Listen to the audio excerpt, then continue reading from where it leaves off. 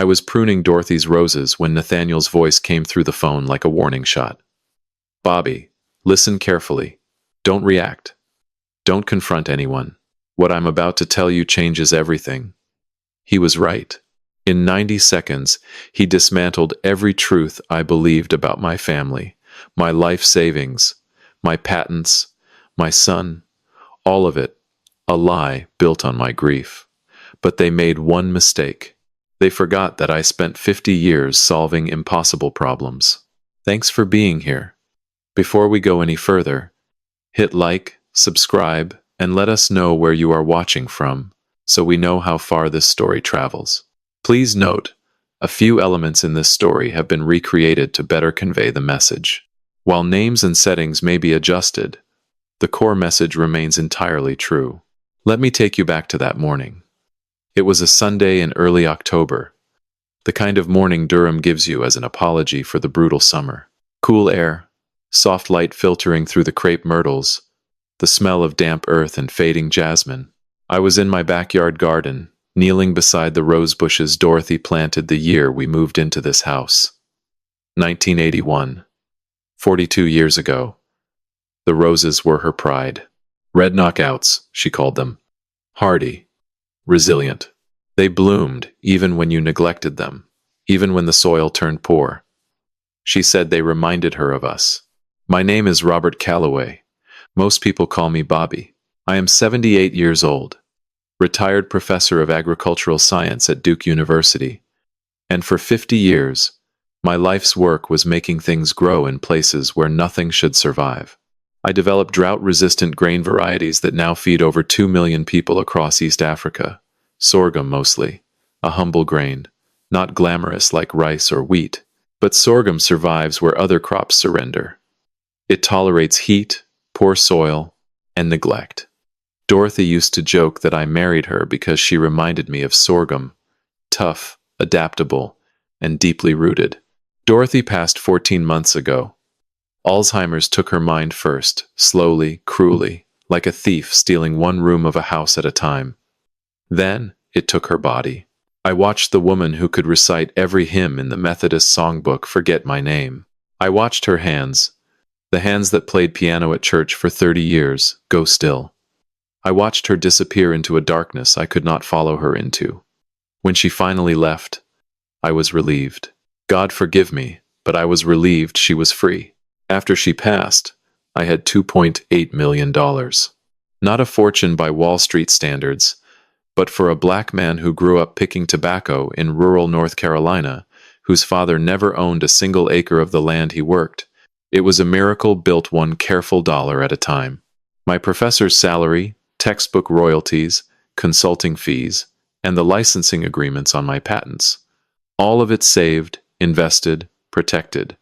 It was supposed to fund my retirement, pay for my granddaughter Maya's education, and leave something behind.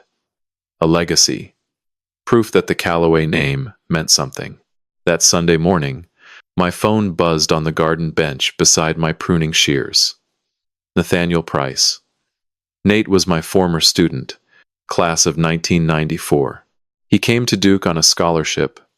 Brilliant kid from Fayetteville with no connections and no money. I mentored him, wrote his law school recommendations, loaned him money for textbooks he could not afford. He became one of the best attorneys in North Carolina. More importantly, he became family. He handled all my legal affairs. Estate planning, property deeds, the power of attorney documents I signed when Dorothy got sick. Nate never called before 8 on a Sunday. Never. It was 6:43 in the morning. I pulled off my gardening gloves and answered. His voice was tight, controlled. The voice of a man holding something terrible in his mouth, trying to deliver it without breaking. Bobby, listen carefully. Don't react. Don't confront anyone. What I'm about to tell you changes everything. Are you alone? I looked around my empty backyard. The roses. The bird bath.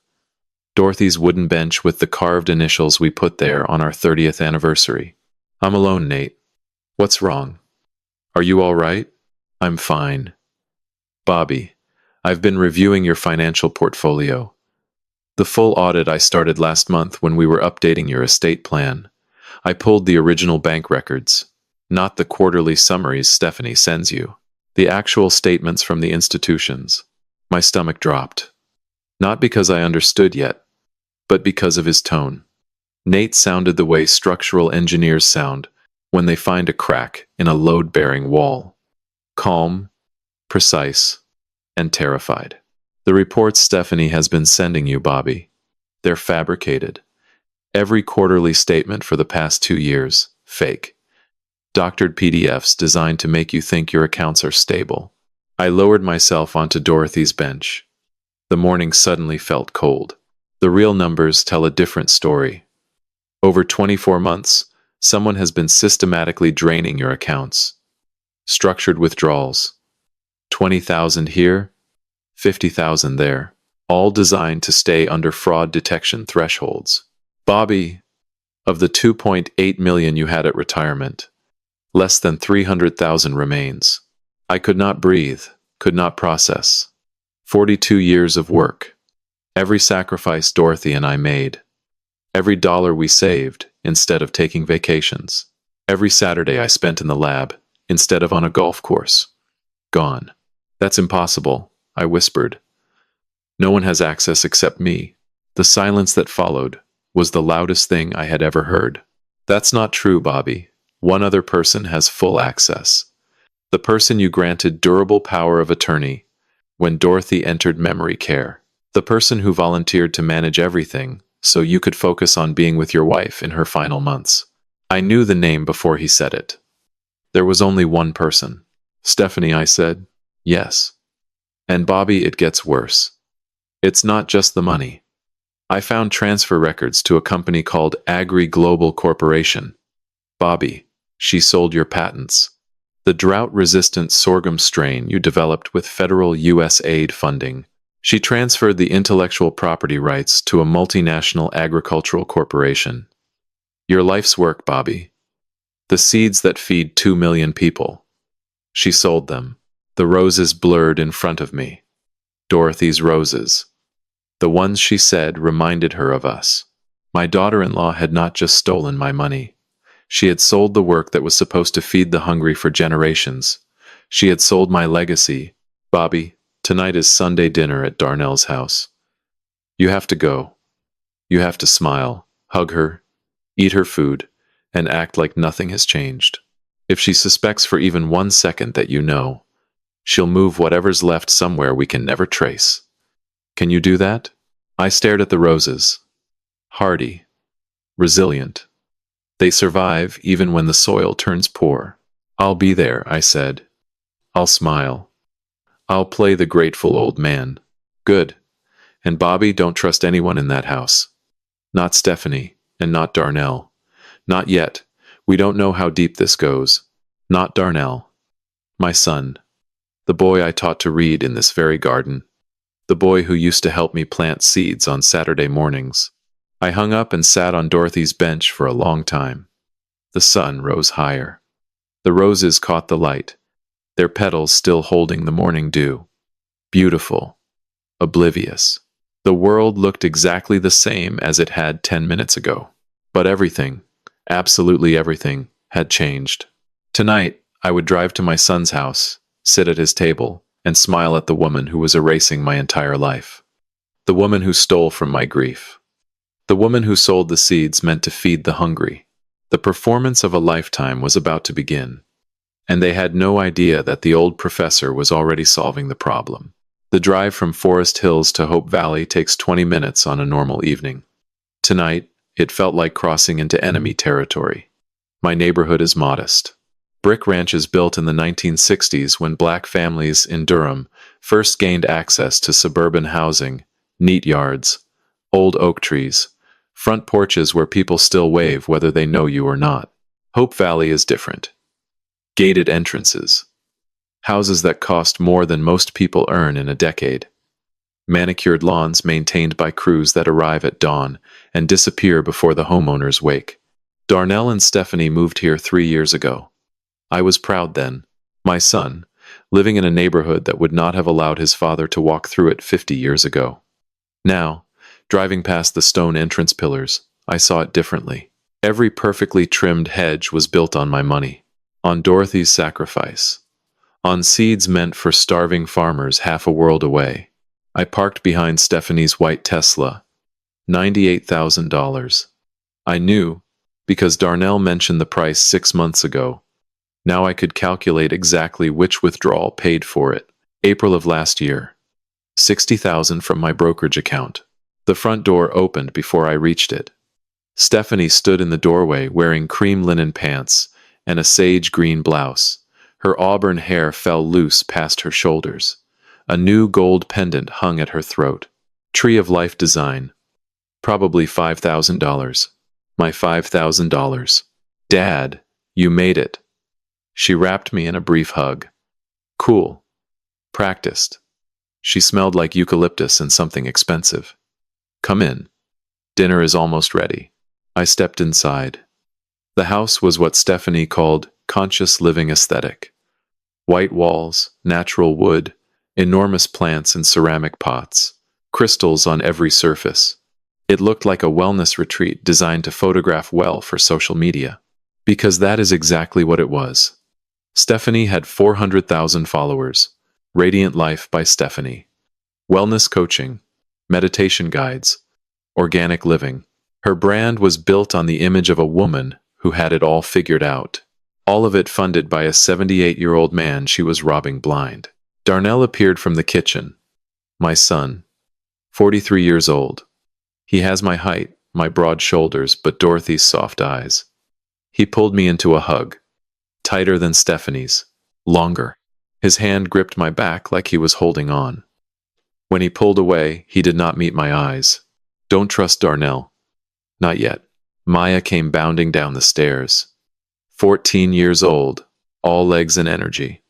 She wore a Duke University t-shirt that made my heart ache. Grandpa?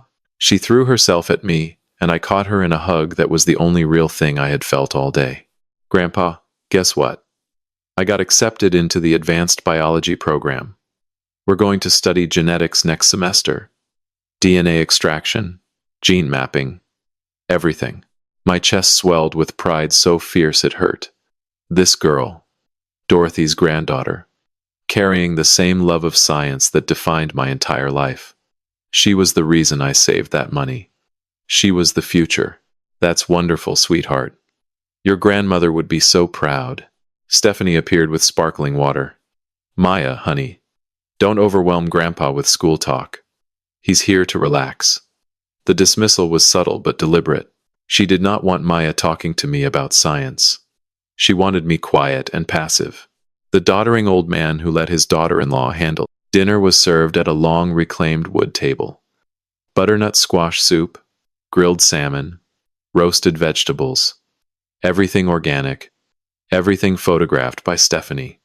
Before we ate. For the brand. For the image. I forced myself to eat. To compliment. To smile. Halfway through the meal, Stephanie set down her spoon and folded her hands. Her posture shifted. Straighter. More deliberate. The transition from casual to calculated. Dad, I've been looking over your investment portfolio. With the market being so volatile, I think we should restructure. Move things into safer instruments. At your age, you need security above all else. Consolidate. Move everything into instruments she could control more easily. Liquidate whatever remained for her failing resort in Sedona. That sounds sensible, I said, nodding like I was processing complicated information. You know I trust your judgment. You've always taken such good care of things. The relief that washed across her face was unmistakable. Her shoulders dropped. Her smile widened. She reached across the table and squeezed my hand. Her fingers were cold. You trust me, don't you, Dad? 4 words. A test disguised as affection. I looked into her eyes, blue-green, steady, not a flicker of guilt. This woman had stolen $2.5 million from me, sold my life's work to a corporation, and she sat here asking for my trust with the confidence of someone who believed they deserved it.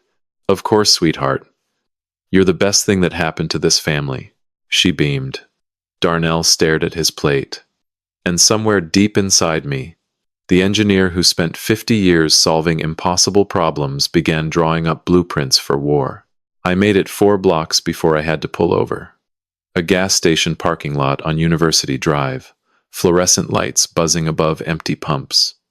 I gripped the steering wheel until my knuckles ached. My whole body was shaking. Not from cold. From the effort of holding everything inside for 3 hours.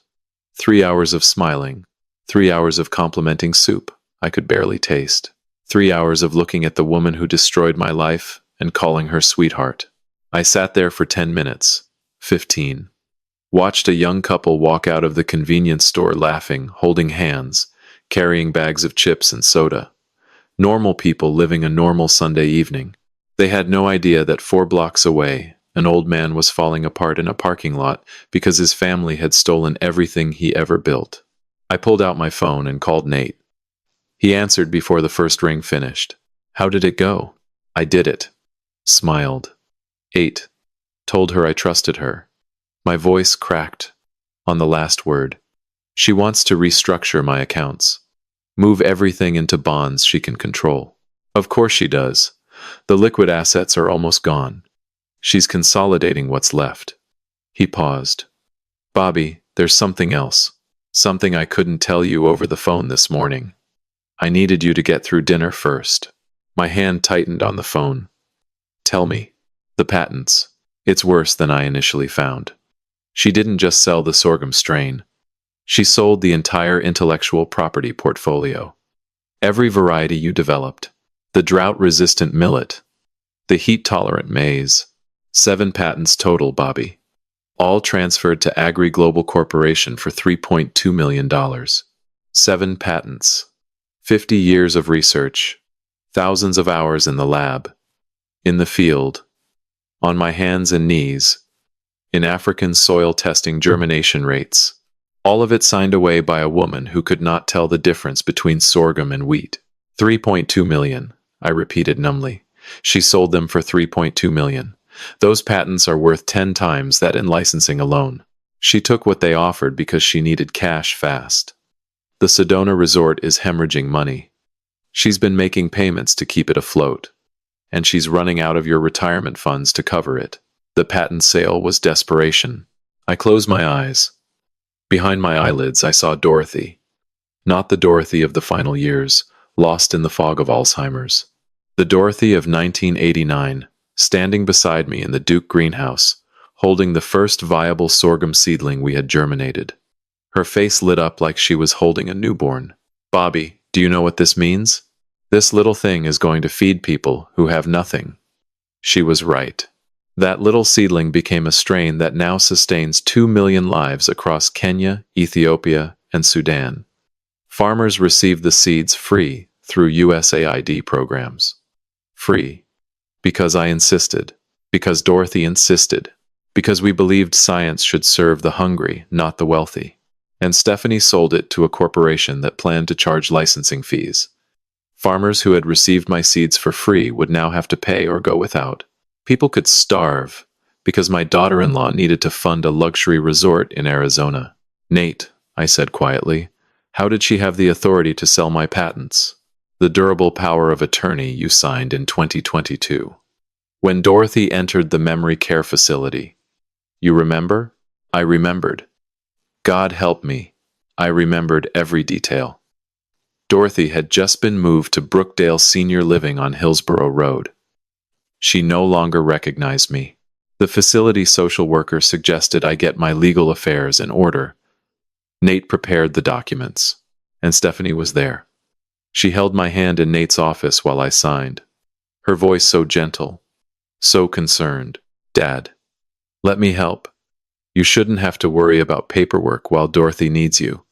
I'll handle the finances, the insurance, the property taxes, everything. Just focus on being with her. I was drowning in grief. I could barely function.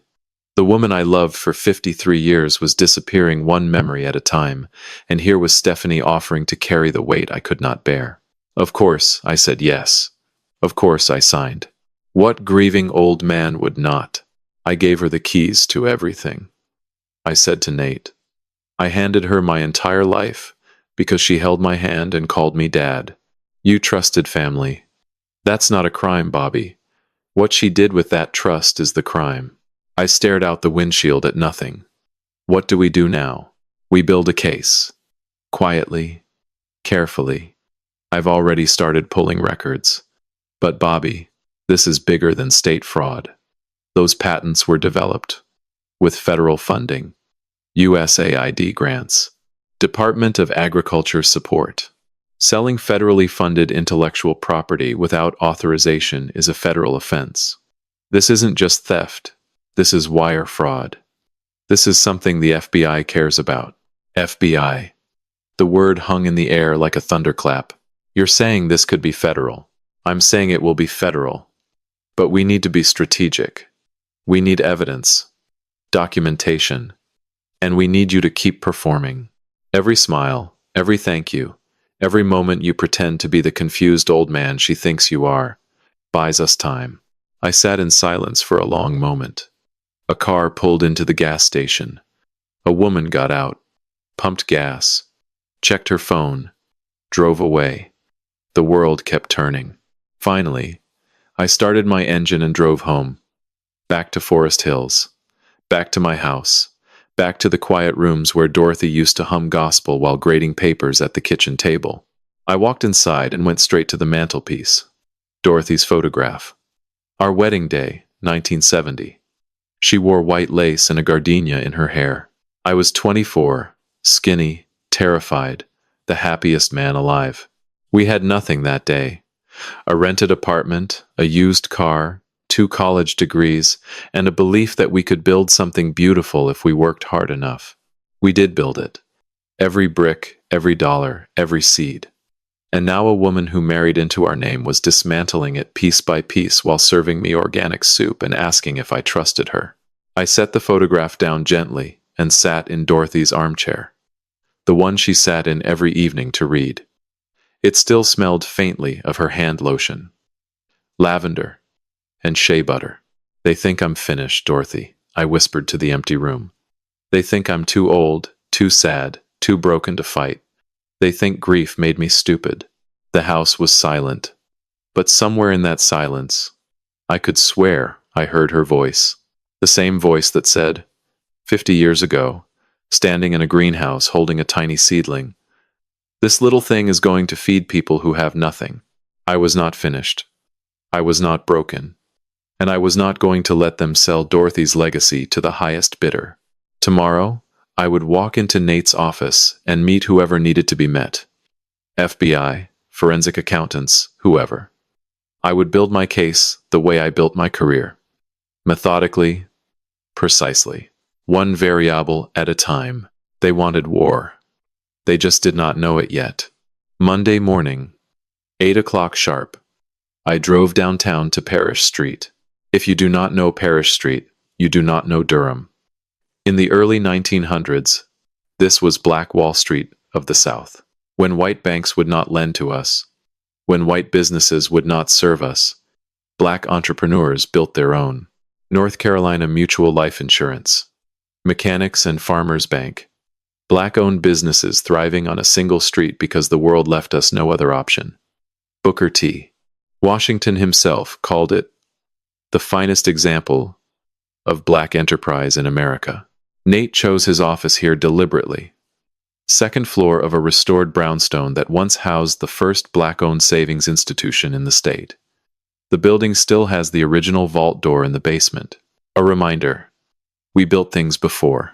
We can build them again. I parked on the street and climbed the familiar stairs. The door was unlocked. Nate was waiting, but he was not alone. A woman stood from the chair facing his desk and turned to face me. She was younger than I expected. Mid-40s, tall, dark-skinned, with close-cropped natural hair and eyes that assessed me the way I assess soil samples. Calculating, measuring, missing nothing. She wore a charcoal pantsuit. No jewelry except a watch. Practical, serious. The kind of person who does not waste time on anything decorative. "Bobby," Nate said, gripping my hand firmly. This is Special Agent Patricia Rhodes, Federal Bureau of Investigation, Financial Crimes Unit, Raleigh Field Office, FBI. In Nate's office, waiting for me, Agent Rhodes extended her hand. Her grip was firm, professional. No warmth, no coldness, just precision. Professor Calloway, thank you for coming. I know this is a difficult time, but I want you to know something. We've been watching Agri Global Corporation for 6 months. Your case is the missing piece we've been looking for. I sat down slowly. 6 months? Agri Global has been acquiring federally funded agricultural patents through questionable channels across 4 states. Shell companies, straw purchasers, forged authorization documents. Your patents are the largest single acquisition in their portfolio. And unlike the others, yours have a direct humanitarian impact that makes this case a priority for our office. Nate poured coffee. Strong, black. He set a cup in front of me and opened a large folder on his desk. Inside were printed flowcharts, bank statements, corporate filings. The architecture of a crime laid bare on paper. Let me walk you through what we know, Nate said. He pointed to the first chart. A web of boxes connected by arrows. My name sat at the top. Money leaves your retirement and brokerage accounts in structured withdrawals. 20,000, 35,000, 50,000. Always below the threshold that triggers automatic fraud alerts. It goes into the joint checking account established under the power of attorney. His finger traced the arrow downward. From there, it moves to Radiant Life LLC, Stephanie's company. On paper, it's a wellness brand. In reality, it's a pass-through, a shell. Another arrow. The project broke ground 2 years ago. It's now 18 months behind schedule and $4 million over budget. Construction has stalled. Contractors are filing liens. He moved to the second branch. The other 40% went to Agri Global Corporation as part of the patent acquisition deal. Stephanie sold your entire IP portfolio for $3.2 million. But here's what's important. The actual sale documents list the seller as Calloway Agricultural Trust. Bobby, there is no such entity. It doesn't exist. She fabricated it. Agent Rhodes leaned forward. Professor Calloway, this is where it becomes federal. Your drought-resistant sorghum and the other 6 varieties were developed using USAID grants, totaling $1.4 million over 15 years. Under the terms of those grants, the intellectual property remains partially owned by the federal government. It cannot be sold, transferred, or exclusively licensed without USAID approval. Approval that was never sought and never given. She pulled out another document. A map. East Africa. Kenya, Ethiopia. Sudan highlighted. Your sorghum strain currently feeds approximately 2 million people through humanitarian distribution programs. Those programs receive the seeds free because your licensing agreement with Duke University specifies non-commercial humanitarian use. I knew this. I wrote those terms myself. Dorothy and I spent a year negotiating with Duke's legal department to ensure the seeds would always be free for farmers who needed them most. Agri Global's business model, Rhodes continued, is to acquire these patents and convert them to exclusive commercial licenses. They plan to charge per hectare licensing fees. Farmers who received your seeds free will either have to pay or lose access to the strain. The words hit me like a physical blow. I had spent 50 years trying to feed people, and my daughter-in-law had handed the keys to a corporation that would let them starve for profit. She's going to starve people, I said quietly. With my own creation. Not if we stop her, Rhodes said. Her voice was calm, but there was iron beneath it. Professor Calloway, we need your cooperation. We need you inside. We need Stephanie to believe everything is normal while we build an airtight federal case.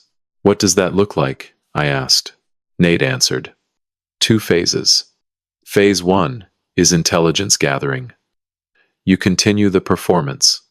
The trusting father. The confused old man. Meanwhile, Agent Rhodes and her team trace every dollar, every transaction, every forged document. We subpoena bank records. We depose agri-global executives. We build a fortress of evidence. Phase 2? I asked. Nate and Rhodes exchanged a look. Phase 2 is the trap, Nate said. We need Stephanie to make a public statement claiming authority over your assets. Something on record. Something undeniable. When she does, the FBI moves. I looked at both of them. A lawyer who owed his career to me. A federal agent who needed my help. And between them, the flowchart of my stolen life spread across the desk like a blueprint of betrayal. 3 forces aligned against one woman who thought she was untouchable. How long? I asked. 6 to 8 weeks, Rhodes said. Can you hold the performance that long? I thought about Dorothy. About Maya. About 2 million farmers who might lose access to seeds I created for them.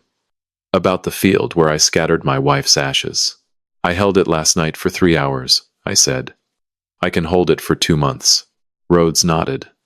Something like respect flickered across her face. Then we begin today. I set down my coffee and straightened in my chair. For 50 years, I solved problems. Soil composition, genetic sequences, drought resistance, pest vulnerability. Every problem had a solution if you were patient enough, methodical enough, stubborn enough to find it. Stephanie was a problem, and I was going to solve her. The performance began on Tuesday.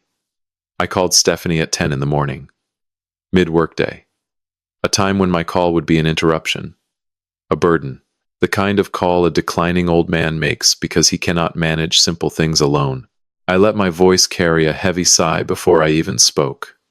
Kate, honey, I'm sorry to bother you at work. I used the nickname she preferred, a small manipulation of my own. I've got all these papers from the insurance company. Something about beneficiaries and estate updates. The language is so confusing. Your mother always handled these things. I heard her pause. The brief calculation. Annoyance weighed against opportunity. An opportunity to reinforce my dependence, to position herself as indispensable, to tighten her grip. Oh, Dad, of course. Don't worry about it at all. I've got a client call until noon, but I can swing by around 2. We'll sort it out together. You're such a blessing. I don't know what I'd do without you. That's what family is for, Dad. I hung up and spent the next 3 hours preparing my stage. I pulled insurance documents from my filing cabinet and spread them across the kitchen table in deliberate disarray. Some stacked neatly, others scattered. A few with yellow sticky notes attached, questions written in shaky handwriting I had practiced that morning. Handwriting that looked nothing like the precise notation I had used for 50 years in lab reports. The confused widower, drowning in paperwork, desperate for help, unable to function alone. At 2 o'clock exactly, Stephanie's Tesla pulled into my driveway. She stepped out carrying a leather portfolio and wearing oversized sunglasses that probably cost more than my weekly groceries. She walked up my front path with the confident stride of someone who owned everything she surveyed. In her mind, she probably already did. I opened the door before she knocked. Stephanie, thank you so much for coming. Of course, Dad. She removed her sunglasses and looked around my living room with that assessing gaze I now recognized. Not concern. Inventory. She was cataloging values. The antique clock Dorothy inherited from her grandmother. The original watercolors we bought on our anniversary trip to Charleston. The hand-carved bookshelf I built in 1985. She was pricing my home while smiling at me. We sat at the kitchen table. She pulled the insurance documents toward her and began leafing through them with practiced efficiency. Okay, life insurance policy. Straightforward. The beneficiary is listed as your estate. Have you thought about updating this? Naming specific beneficiaries would avoid probate. I hadn't really thought about it, I said, my voice uncertain. Helpless. What would you suggest? Darnell and Maya as direct beneficiaries. Simple, clean. No lawyers involved if anything happens. No lawyers involved. No one to ask questions about where my money went. No judicial oversight. Just a clean pipeline from my death to her control. That makes sense, I said slowly. Could you help me fill out the forms? Absolutely. I'll handle everything. You just relax. She made notes in her phone. I watched her fingers move across the screen. Quick, efficient. The fingers of a woman who had been doing this for 2 years without detection, who had perfected the art of stealing while smiling. We moved through other documents. Health insurance, homeowner's policy, car insurance. For each one, Stephanie explained things in a voice slightly too loud, slightly too slow. The voice people use when speaking to children or the very old. The voice that says you should understand this yourself, but I'm being patient with you because you clearly cannot. I let her talk. I nodded. I asked simple questions that a confused man would ask. And all the while, I studied her. The way she organized my papers into neat stacks. The way she made notes about follow-up tasks.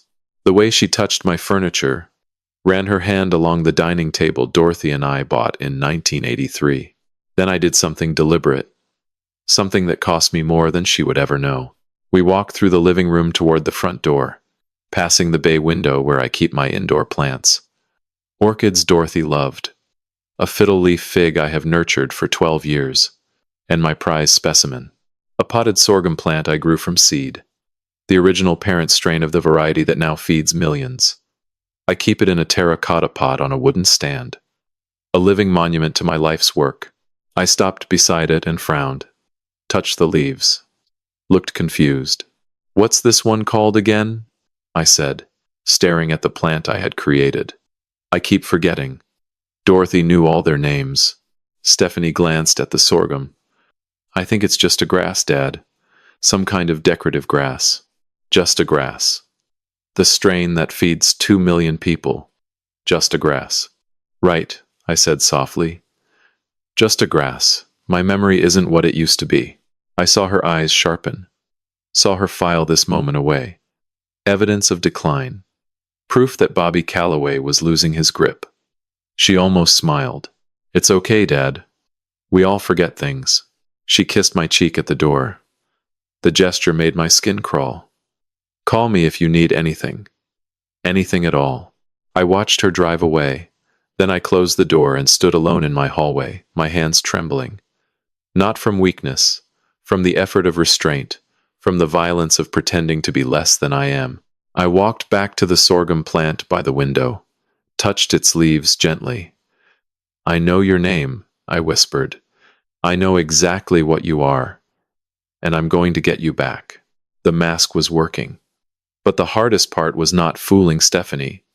The hardest part was yet to come, because Maya was visiting this weekend, and I would have to fool her too. Saturday morning.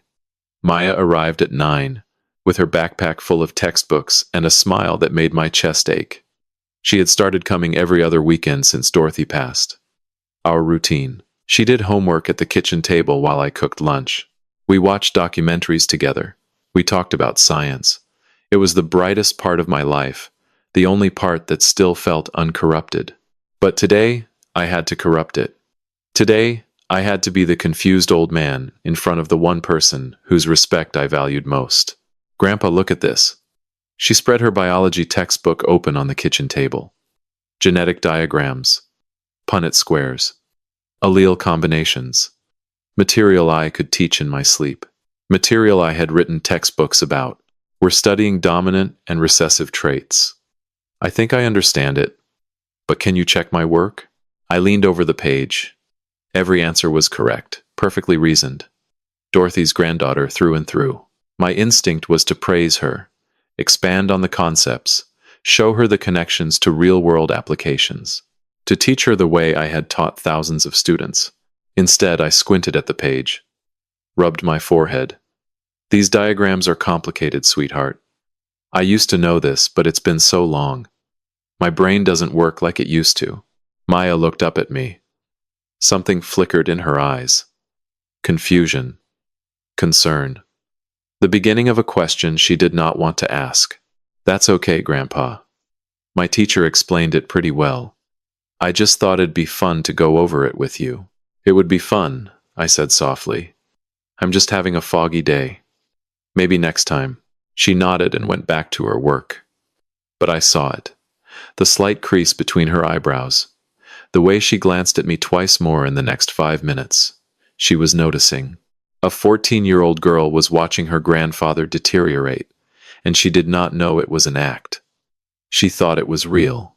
I excused myself to the bathroom and stood gripping the sink, staring at my reflection.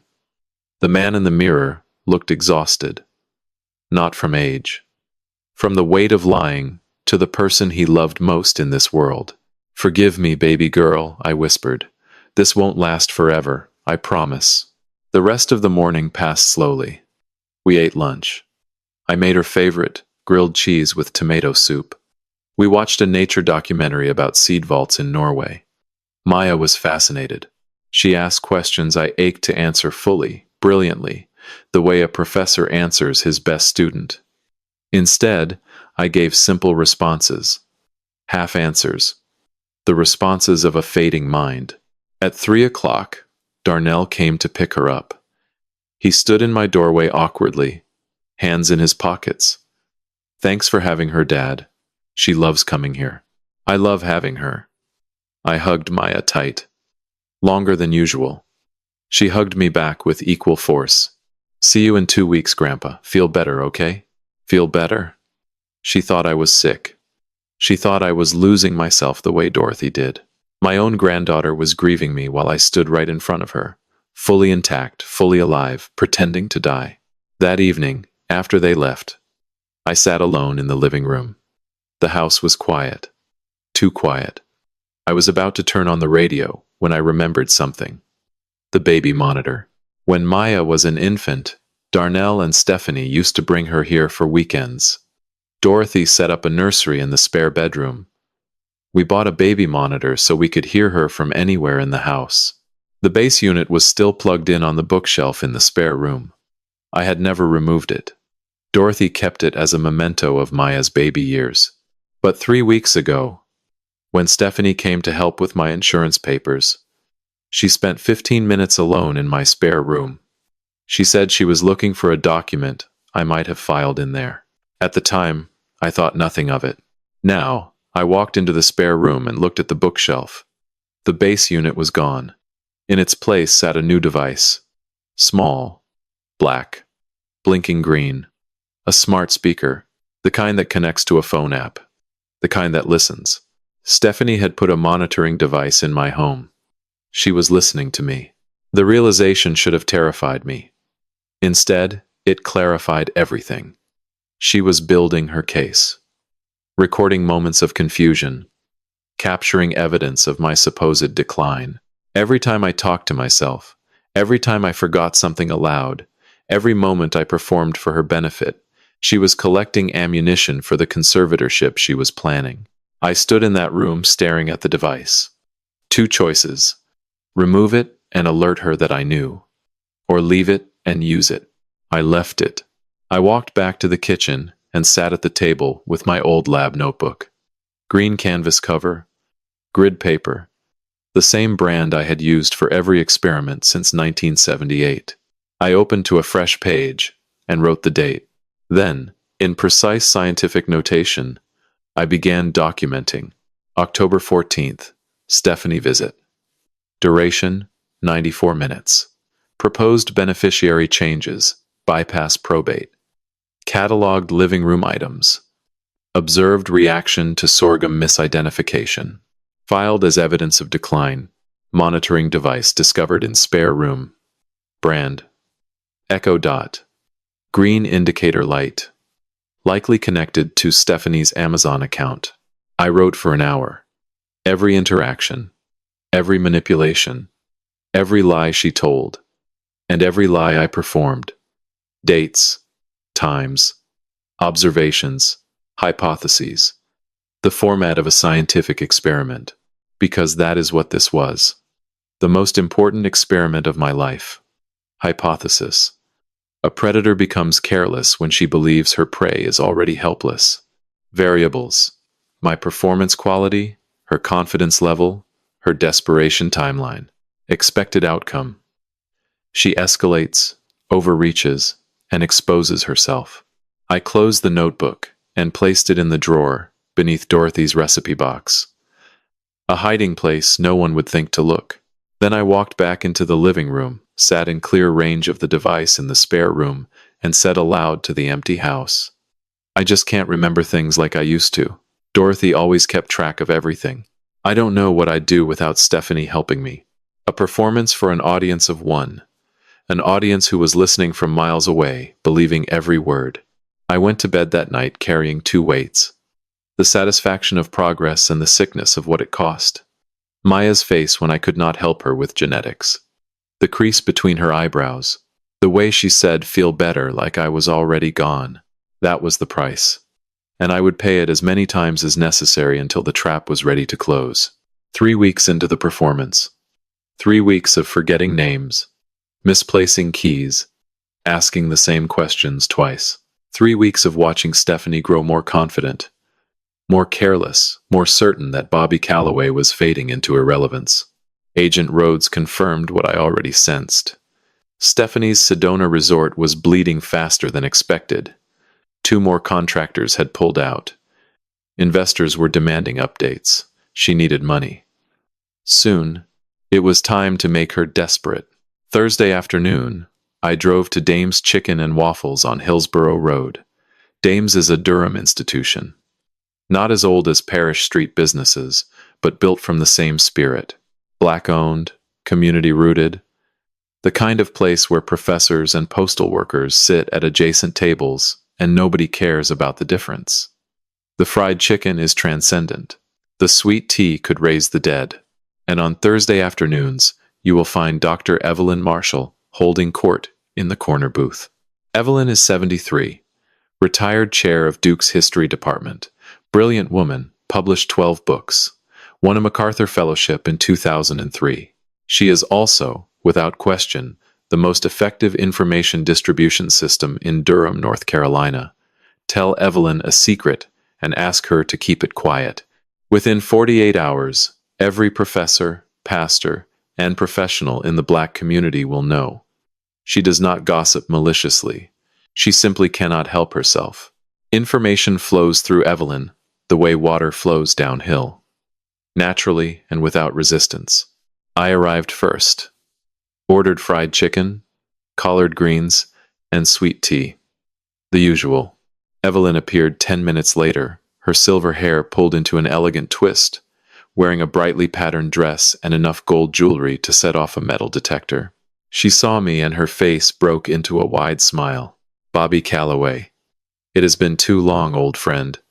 How are you holding up? We embraced. She slid into the booth across from me. We ordered. We talked about the usual things. Campus politics at Duke. Mutual friends. The new arts center being built downtown. Comfortable, familiar conversation. The kind that feels effortless after decades of friendship. Then, over peach cobbler and coffee, I planted my seed. Evelyn, can I tell you something in confidence? I stirred my coffee slowly, my face carefully arranged into weariness and uncertainty. Of course, Bobby. Anything. I've been thinking a lot since Dorothy passed. This house. The research farm out on Old Oxford Road. It's all too much for me now. The upkeep, the property taxes, the maintenance. I'm 78 years old. I can't keep doing it alone. Evelyn leaned forward, concern deepening the lines around her eyes. What are you thinking? I'm thinking about donating it. All of it. The house, the farm, the land. Give it back to Duke. Let them turn the farm into a proper research station. Name it after Dorothy. The Dorothy Calloway Agricultural Research Center. I paused, letting the idea settle. And then maybe I'd move somewhere easier. A retirement community. Somewhere warm. No yard work. No repairs. Just peace. Evelyn's eyes went wide. Bobby, that's an enormous decision. Have you talked to Darnell about this? Not yet. I'm still thinking it through. You know how families are. Everyone has opinions. I looked at her with practiced vulnerability. Evelyn, please keep this between us. I'm not ready for everyone to know. I'm just thinking out loud. She held up her hands. Of course, Bobby. Of course. Between us. You know me. I knew her perfectly. By tomorrow morning, half of Durham's black professional community would know Bobby Calloway was considering donating his property to Duke. By tomorrow evening, it would reach someone connected to Stephanie. The academic world in Durham is small. Everyone talks. Everyone knows everyone. We finished our meal. Evelyn hugged me at the door. Whatever you decide, Bobby, make sure it's what you want. Don't let anyone pressure you. I drove home and waited. 16 hours. That's all it took. Friday afternoon, my phone rang. Stephanie. I let it ring 3 times before answering. Kept my voice calm. Slightly confused. Hello? Dad. Her voice was tight. The honey was gone. Replaced by something harder. Something closer to panic. I just heard from someone that you're thinking about donating your house and the farm to Duke University and moving to a retirement home. I made my voice uncertain. Oh, I didn't realize anyone would hear about that. I was just talking with an old friend. It's just an idea. Just an idea? Her pitch rose. Dad, you can't just give away your property. That's our family legacy. That's the farm where you did your research, where you and Mom spent 30 years. You can't just hand it to a university. Our family legacy. She was claiming ownership of land she had been planning to sell to AgriGlobal. The audacity would have been impressive if it were not so sickening. I just thought it might be easier, I said in a small voice. Less stress, less to worry about. Then we'll help you. Marcus and I will hire a landscaper, a maintenance company. Whatever you need. You don't have to give anything away. She was talking faster now. Words tumbling. Damage control. Dad, listen to me. You are not thinking clearly about this. Grief does that. It clouds judgment. You cannot make irreversible decisions in this state. There it was. You are not thinking clearly. The first open accusation. Promise me you won't contact Duke. Promise me you won't call any lawyers or real estate agents. Not until we've sat down together and really talked this through. Okay, Stephanie. I won't do anything without talking to you first. Good. She exhaled. Control reestablished. Or so she believed. I'm going to come by this weekend. We need to discuss this properly. You and me and Darnell. She hung up without saying I love you. The mask had slipped. For 30 seconds I heard the real Stephanie. Not the caring daughter-in-law. The investor protecting her assets. 10 minutes later, Nate called. It worked. She's panicking. But Bobby, she's moving faster than we anticipated. She just contacted a psychiatrist in Raleigh. Dr. Franklin Mercer. He specializes in competency evaluations for conservatorship proceedings. My stomach tightened. How soon? Based on similar cases, she'll file within 2 weeks. Maybe sooner. She's scared, Bobby. Scared people move fast and make mistakes. Good, I said. Let her make mistakes. Let her file. Let her bring this whole thing into a courtroom. That's exactly what we want. The moment she files, she puts everything on judicial record. Her management of your finances, her authority over your assets, all of it open for scrutiny. She thinks she's attacking you. What she's actually doing is opening the door for us to present every piece of evidence we have. I hung up and walked to my garden. The roses were dormant now, cut back for winter. But beneath the soil, the roots held strong, waiting, gathering strength for spring, just like me. Saturday. They were coming at 2. Stephanie had called Thursday evening to confirm. Her voice had returned to its practiced warmth. The panic from our previous conversation smoothed over, repackaged as concern. Dad, Marcus and I just want to sit down and talk through your options. No pressure. Just family, looking out for family. Family. The word had become a weapon in her mouth. I spent Saturday morning preparing, not emotionally, tactically. Nate had given me a recording device the day before. Smaller than I expected. A flat black rectangle. Thinner than my pinky finger. With a single button on one side. 8 hours of recording time. Studio quality audio. Legal in North Carolina under the one-party consent law. the one party being me. I needed a location, somewhere natural, somewhere with clear audio line to the living room seating area, somewhere they would never notice. My eyes found it immediately. The mantelpiece above the fireplace. On it sat a framed photograph from our wedding day, 1970. Dorothy in white lace, with a gardenia in her hair. Me at 24, skinny and terrified, and deliriously happy. The frame was silver, 8 by 10, with a velvet backing held by metal tabs. I carried it to the kitchen table, carefully bent the tabs, removed the backing. The recording device fit perfectly inside, nestled flat against the back of the photograph. When I replaced the backing and bent the tabs closed, the frame looked exactly the same. Slightly heavier, perhaps. But no one picks up other people's wedding photos. I set it back on the mantel. The microphone faced the living room. The sofa where they would sit was 8 feet away. Perfect range. I pressed the button through the small gap at the bottom of the frame. A single red blink. Recording. Dorothy looked out at me from behind the glass. Smiling. Young. Full of hope for a future she could not have imagined. A future where her wedding photograph would become a listening device to catch the woman who stole her legacy. "Help me, baby," I whispered to her. "Help me hear what I need to hear." At 1:55, tires on my driveway. 2 car doors. I moved to the window. Stephanie's Tesla. Both of them getting out. Stephanie carried a thick leather portfolio. Darnell walked slightly behind her, hands in his pockets, shoulders hunched. He looked like a man being led somewhere he did not want to go. I opened the front door with a smile. "Come in. Come in. Good to see you both." Stephanie kissed my cheek. Darnell hugged me. We settled into the living room. They sat together on the sofa, directly facing the mantel, facing Dorothy, facing the microphone. Stephanie opened her portfolio and pulled out a thick folder of printed pages, charts, graphs, color-coded spreadsheets, professional-looking materials designed to overwhelm. "Dad, we've done a lot of research since our conversation."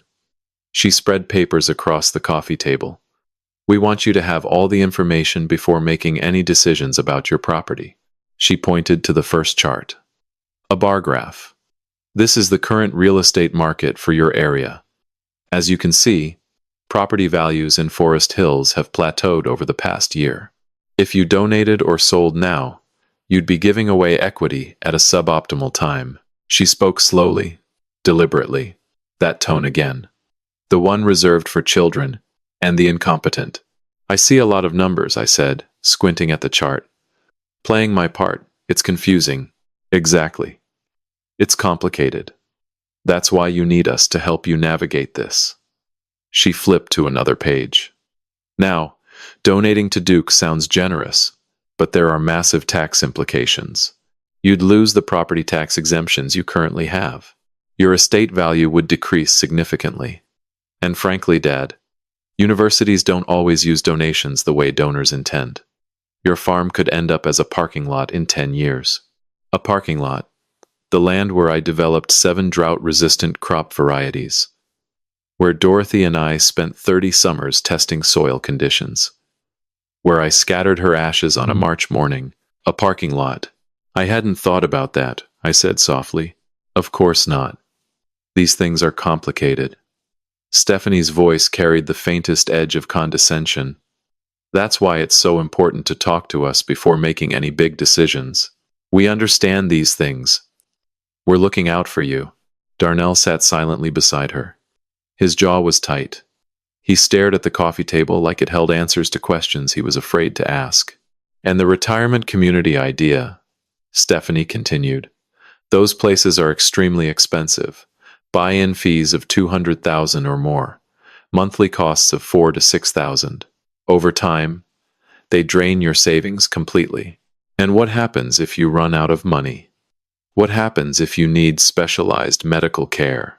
She was building a wall, brick by brick. Every argument designed to make me feel trapped, dependent, incapable of making decisions for myself. every point crafted to reinforce the narrative she was constructing for the conservatorship petition. I nodded slowly, rubbed my temples, let confusion settle across my face like a fog. This is a lot to take in, I said, standing up carefully, making a show of unsteadiness. My head is spinning. Let me make us some coffee. I think better with coffee. Take your time, Dad, Darnell said. His voice was barely above a whisper. I shuffled toward the kitchen. Slowly. The old man who needed soft seats and patience. I pushed through the kitchen door and let it swing closed behind me. But I did not go to the coffee maker. I stopped 3 feet from the door, in the narrow hallway between the kitchen and the living room. A dead space, invisible from both rooms. I pressed my back against the wall, held my breath, and listened. For 5 seconds, silence. Then the murmur of voices. Low. Urgent. The conversation they thought I would never hear. If you are still here with me, comment the word justice so I know you are still listening. And a quick note before we continue. The next part of this story includes some recreated and dramatized elements for storytelling and educational purposes, and may not fully reflect real-life details. If you would rather not continue, this is the moment to stop the video. I stood absolutely still, barely breathing, my back pressed against the hallway wall, one hand flat against the plaster to steady myself. Through the kitchen door their voices came, low at first, then rising as urgency overtook caution. Darnell spoke first. Steph, I don't know about this. He seems set on the donation idea. What if he just calls Duke himself? What do we do then? Stephanie's response was immediate. Sharp. A voice I had never heard her use in my presence. Cold. Completely stripped of warmth. He's not going to donate anything, Darnell. I won't let that happen. But how can you stop him? It's his property. His name on the deed. If I have to, I'll petition for full conservatorship. I've already spoken with Dr. Mercer. One evaluation, one medical opinion stating he's not competent to make major financial decisions, and a judge will grant it. Emergency petition. It can happen in days. Hearing it spoken aloud. In my house. In the room where Dorothy and I celebrated 40 Christmases. The plan to strip me of my rights, my autonomy, my identity as a functioning human being. My knees buckled slightly. I pressed harder against the wall. Stephanie, that's extreme. Darnell's voice cracked. That's taking away his freedom, his dignity. He's my father. It's protecting our investment. Her voice did not waver. Not a tremor. Not a hesitation. Listen to me, Darnell. We are 4 months behind on payments for Sedona. 4 months. The investors are threatening legal action. If they pull out, we lose everything. Every dollar we put in, the house, the cars, everything gone. Do you understand that? Silence. Then Darnell, barely audible. I understand. Your father's property, the house and the farm combined, is worth $1.2 million. That's our exit strategy. Without it, we default on Sedona and the Agri-Global deal collapses. They want the farm, Darnell. The actual land. It's part of the patent package. They want the research site where the seeds were developed. Provenance. It increases the patent value by 40%. The words hit me one at a time, each one a hammer blow. They wanted my farm, not just the patents, the land itself, the soil I had spent 30 years enriching, the greenhouse where Dorothy and I germinated the first sorghum seedlings, the small wooden cottage where she used to sit and read while I worked the fields, the patch of earth beneath the old magnolia tree where I scattered her ashes on a cold March morning while the winter sorghum swayed in the wind. They wanted to sell Dorothy's resting place. Steph. Darnell's voice was strained, breaking. That farm is where Mom's ashes are. Dad scattered them under the magnolia tree. You know that. You were there. I know exactly where they are. Her voice did not soften, did not pause. And I'm sorry, but sentiment doesn't pay bills. Your father is 78 years old. He doesn't need a 40-acre research farm. He doesn't need a 4-bedroom house. He needs a clean room and 3 meals a day in a facility where professionals can monitor his decline. And we need the equity in those properties to survive. Don't get emotional on me now, Darnell. We've come too far. Her voice dropped lower, harder. And if you're thinking about backing out, let me remind you of something. Maya's custody arrangement gives me primary. If you fight me on this, if you go against me, I will take her to California. I will file in family court there, and you will spend the next 4 years fighting across state lines to see your own daughter every other weekend. Do you understand me? The silence that followed was absolute. I could hear my own heartbeat, could hear the blood rushing in my ears. I understand. Darnell's voice was hollow, dead. The voice of a man who had surrendered a long time ago. Good. Then we stay the course. The conservatorship petition goes in next week. Mercer files his evaluation. We get emergency guardianship. Once I have legal authority, I sell the farm to Agri Global, refinance the house, and we're clear. 6 weeks. That's all we need. I heard movement. The creak of the sofa. They were shifting, preparing for my return. I had maybe 30 seconds. I moved silently into the kitchen, turned on the faucet, ran water, opened a cabinet, made noise. Normal kitchen sounds. The sounds of an old man making coffee because his head was spinning. I filled the kettle, set it on the stove, pulled 3 mugs from the shelf. My hands were shaking so violently that the mugs clinked together. I set them down carefully, pressed both palms flat on the counter and breathed. In, out. In, out. In. She wanted to sell the ground where Dorothy rests. She wanted to sell my wife's grave to a corporation. And she was holding my granddaughter hostage to make my son comply. The kettle began to whistle. I poured coffee, added cream and sugar, arranged everything on a tray, steadied my hands through sheer force of will, and walked back into the living room, carrying 3 cups and a smile. Here we go. Nothing like coffee to clear a foggy head.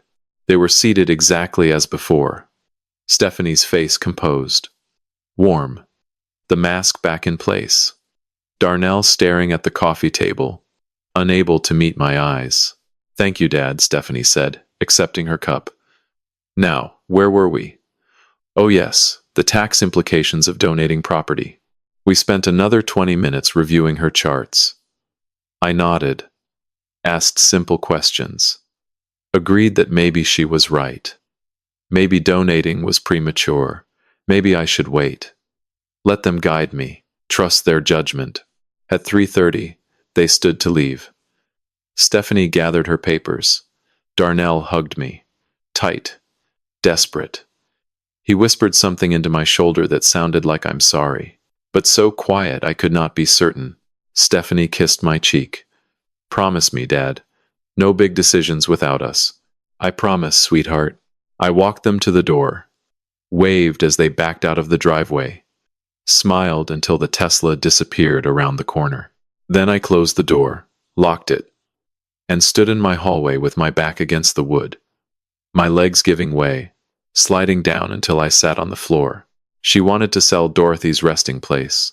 She was threatening to take Maya. She was planning to put me in a facility and sell everything I own within 6 weeks. I sat there for a long time. Then I stood, walked to the mantel, carefully removed Dorothy's wedding photograph, opened the back, retrieved the recording device, pressed the button. The red light blinked off. I had it, every word. The conservatorship plan, the Sedona deadline, the Agri Global demand for the farm, the custody threat against Darnell, the 6-week timeline, all of it recorded in my home, in front of my wife's photograph, in her own cold voice. I held the device in my palm. Small, light, powerful enough to end her. She wanted to sell the ground where I laid you to rest, Dorothy, I said to the empty room. She wanted to sell your resting place to strangers, and she threatened to take Maya away from our son to make him help her do it. I placed the device carefully in my jacket pocket. Tomorrow, I would bring it to Nate. Tomorrow, We would listen together and plan our next move. But tonight, I needed to sit with what I had heard. Needed to let the full weight of it settle before I could think clearly. They thought I was helpless. They thought I was fading. They thought the old man making coffee in the kitchen heard nothing, understood nothing, could do nothing. Every word she spoke was now evidence, and evidence, unlike sentiment, pays every bill that matters in a courtroom. 9 days later, Wednesday morning, I was watering the sorghum plant by my living room window when my phone rang. Nate. His voice carried the controlled tension of a man who had been waiting for a detonation and just heard the blast. They filed, Bobby. This morning. Emergency conservatorship petition. Fulton County Superior Court. 9:02 a.m. I set down the watering can. My hand was steady. I had been expecting this, preparing for it. But hearing the words still hit like a fist to the sternum. Tell me everything. Petitioner is Stephanie Calloway, filing on behalf of concerned family members. She's requesting emergency conservatorship of the person and estate of Robert James Calloway. Full conservatorship, Bobby. That means control over your medical decisions, your living situation, and every financial asset you possess. She wants authority to sell your property, manage your accounts, and determine where you live. I lowered myself into Dorothy's armchair. On what grounds? Nate's voice hardened. She's claiming you suffer from early-stage Alzheimer's disease. The word landed like a blade. Alzheimer's. The disease that consumed Dorothy. The disease I watched destroy the most brilliant woman I ever knew. One memory at a time. The disease that haunted my nightmares. And Stephanie was wielding it as a weapon. Against me. She's using Dorothy's disease, I said. My voice came out flat. Empty. Yes. The petition alleges that you exhibit symptoms consistent with early-onset familial Alzheimer's, memory loss, confusion with financial documents, inability to remember the names of common objects, irrational decision-making, including plans to donate your primary residence, and emotional volatility. Every performance, every deliberate mistake, every moment I pretended to forget, she had documented and twisted into evidence of neurological collapse. The sorghum plant I pretended not to recognize. The insurance papers I pretended to struggle with. The donation plan I floated to make her panic. All of it repackaged as symptoms. What else? I asked. Supporting documentation. 2 witness affidavits from individuals named Craig Westbrook and Diana Holt. Do you know these people? Never heard of them in my life. I suspected as much. I've already run background checks. Craig Westbrook is a hospitality developer based in Scottsdale, Arizona. Lead investor in the Sedona Sunrise Resort. Diana Holt is his business partner. They're Stephanie's co-conspirators in the resort project, not concerned family friends. They've both signed sworn statements claiming they observed you at social events appearing disoriented, confused, and unable to follow conversations. Strangers. People I had never met, lying under oath to help a woman steal my life. And the medical evaluation? I already knew the answer. Dr. Franklin Mercer, licensed psychiatrist, Raleigh. He submitted a report stating he conducted a professional consultation arranged by your concerned daughter-in-law and that you exhibit clear signs of cognitive impairment, including memory deficits, impaired executive function, and lack of insight into your condition. He recommends immediate conservatorship. I have never met Dr. Franklin Mercer. I know, and will prove that. But Bobby, listen to me carefully now. This is the part that matters. I gripped the armchair. I'm listening. We are not going to fight this petition. Silence. I let it stretch. We are going to welcome it. Explain. Nate's voice shifted. From lawyer to strategist. From friend to general. Stephanie thinks she's putting your competence on trial. What she has actually done is put her own actions under judicial scrutiny. She's voluntarily brought her financial management of your assets into a courtroom. She's asked a judge to examine whether you're capable of making decisions. That means the judge will examine your financial situation, how your accounts have been managed, who had access, where the money went. The architecture of the trap revealed itself, beautiful in its simplicity. She opened the door, I said. She kicked it wide open. And we're going to walk through it with Diane's financial forensics, Agent Rhodes' federal investigation findings, Dr. Okafor's independent evaluation, the recording of her confessing her motives, and evidence that her witnesses are investors in her failing resort. She thinks she's prosecuting me. She's prosecuting herself. She just doesn't know it yet. I stood and walked to the window. The sorghum plant caught the morning light, tall and green and alive, still growing in my living room while the woman who sold its brothers tried to put me in a cage. What about the FBI? I asked. How does this affect Phase 2? That's the best part. I spoke with Agent Rhodes an hour ago. She's been waiting for this. Stephanie filing a conservatorship petition is a legal action. She's making claims under oath about her authority over your assets. She's submitting documents to a court stating she has managed your finances responsibly. Every one of those claims is provably false. That gives the FBI additional grounds. Perjury, filing false statements, fraud upon the court. These are federal charges on top of the wire fraud and IP theft. So we let her file. Let her believe she's winning. Exactly. The hearing will be scheduled within 3 to 4 weeks. During that time, Dr. Okafor completes your independent evaluation. Agent Rhodes finalizes her financial forensics. I prepare our counter-evidence. And we wait for Phase 2. The summit, I said. The Radiant Life Summit. 3 weeks from Saturday. Stephanie has already announced it. 500 attendees. Live stream to her entire following. She's billing it as her biggest event of the year. And Bobby, she's already told Darnell she plans to bring you on stage.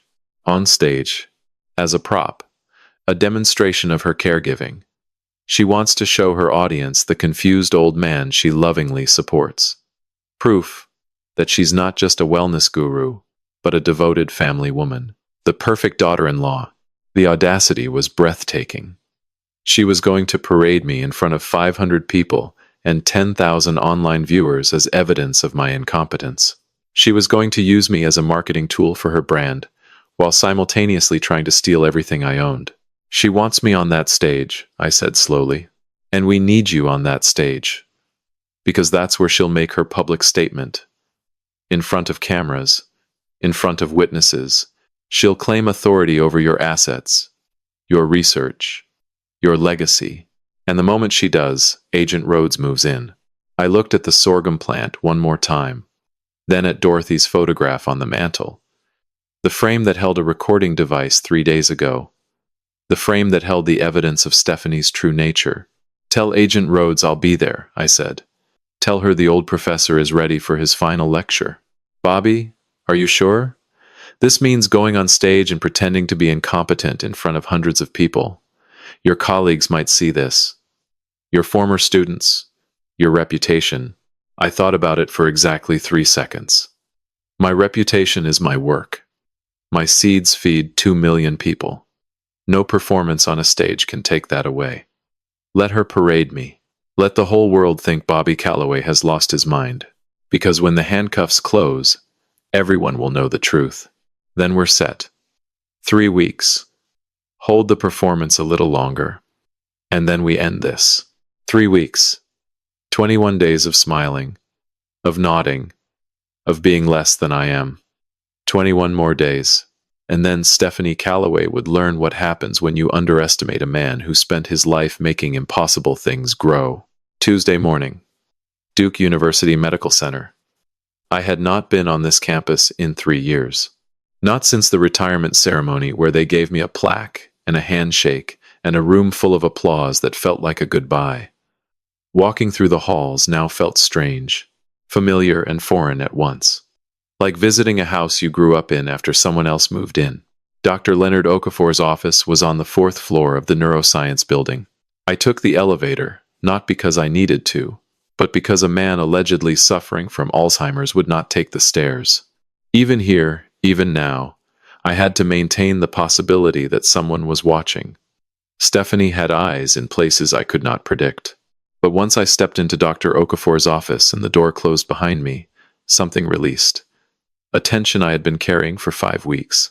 A weight across my shoulders that I had almost forgotten was not natural. For the first time in over a month, I did not have to pretend. Dr. Okafor was younger than I expected. 48. Nigerian American. Trained at Johns Hopkins. Fellowship at Massachusetts General. Board-certified neuropsychologist with a specialty in distinguishing genuine cognitive decline from malingering and from false accusations of decline. The court appointed him specifically because of his reputation for absolute independence. No one bought Leonard Okafor. No one influenced his conclusions. He was tall, lean, with close-cropped hair and wire-rimmed glasses. His office was neat but warm. Medical texts on shelves beside family photographs. A small carved wooden figure on his desk that looked West African. He shook my hand firmly and gestured to a comfortable chair across from his desk. Professor Calloway, thank you for coming. I've read the petition filed against you, and I want to be clear about my role. I work for the court, not for you, not for the petitioner. My job is to determine the truth about your cognitive function. Nothing more, nothing less. I appreciate that, I said. The truth is all I've ever worked with. He smiled slightly. Then let's begin. For the next 3 hours, Dr. Okafor put me through a comprehensive battery of neuropsychological tests. Memory assessments first. He read me lists of 15 words and asked me to recall them immediately, then 5 minutes later, then 30 minutes later. I remembered 14 out of 15 each time. He showed me complex geometric figures and asked me to reproduce them from memory after a delay. I drew them precisely. Pattern recognition tests, sequences of shapes, numbers, logical progressions, each one more complex than the last. I worked through them methodically, showing my reasoning at each step. The engineer's mind. The scientist's approach. Identify the variables, establish the pattern, predict the outcome. Executive function assessments. Multi-step problems requiring planning, sequencing, and cognitive flexibility. Trail-making tests. Verbal fluency challenges. Abstract reasoning puzzles. I completed each one within the expected time frame, or faster. Between the formal tests, we talked. He asked about my career, my education, my research. And for the first time in weeks, I let myself speak freely, fully, without performing confusion or simplifying my language. Tell me about your sorghum research, he said, leaning back in his chair with genuine curiosity. The petition mentions your patents. Help me understand what you developed. Something unlocked inside me. The professor who had been caged for 5 weeks stretched and breathed. Sorghum bicolor is the 5th most important cereal crop globally, I began. But conventional varieties are vulnerable to drought stress during the reproductive phase. The challenge was identifying genetic markers for osmotic adjustment, the plant's ability to maintain cellular hydration under water deficit conditions. We spent 11 years screening over 4,000 landraces, from the Ethiopian and Sudanese germplasm collections before isolating the specific allelic combinations that conferred drought tolerance without sacrificing grain yield. I talked for 20 minutes. Genetic mechanisms, field trial methodologies, statistical analyses of yield data across multiple growing seasons and soil types, the challenges of maintaining seed viability during long-term storage, the politics of intellectual property in international agricultural development. Dr. Okafor listened intently. He asked clarifying questions that showed he was following the technical material, even though plant genetics was far from his field. When I finished, he removed his glasses and set them on the desk. Professor Calloway, I have conducted cognitive evaluations for 22 years. Hundreds of patients. I can tell you with complete professional certainty that what I have observed today is a man of exceptional intellectual capacity. Your memory is excellent. Your reasoning is sophisticated and precise. Your ability to explain highly complex scientific concepts demonstrates elite executive function. He paused. Let the words settle. There is no evidence of Alzheimer's disease.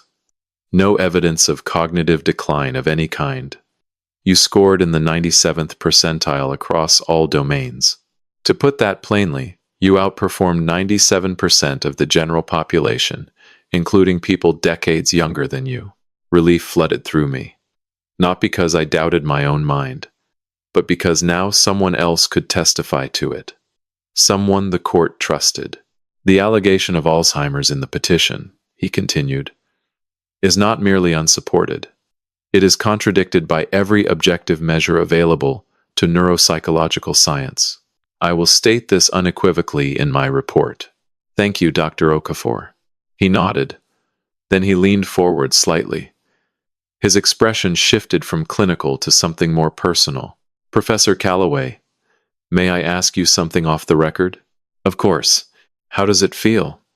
Pretending to be less than you are? The question hit a place I had been protecting, a bruise I had not allowed myself to touch.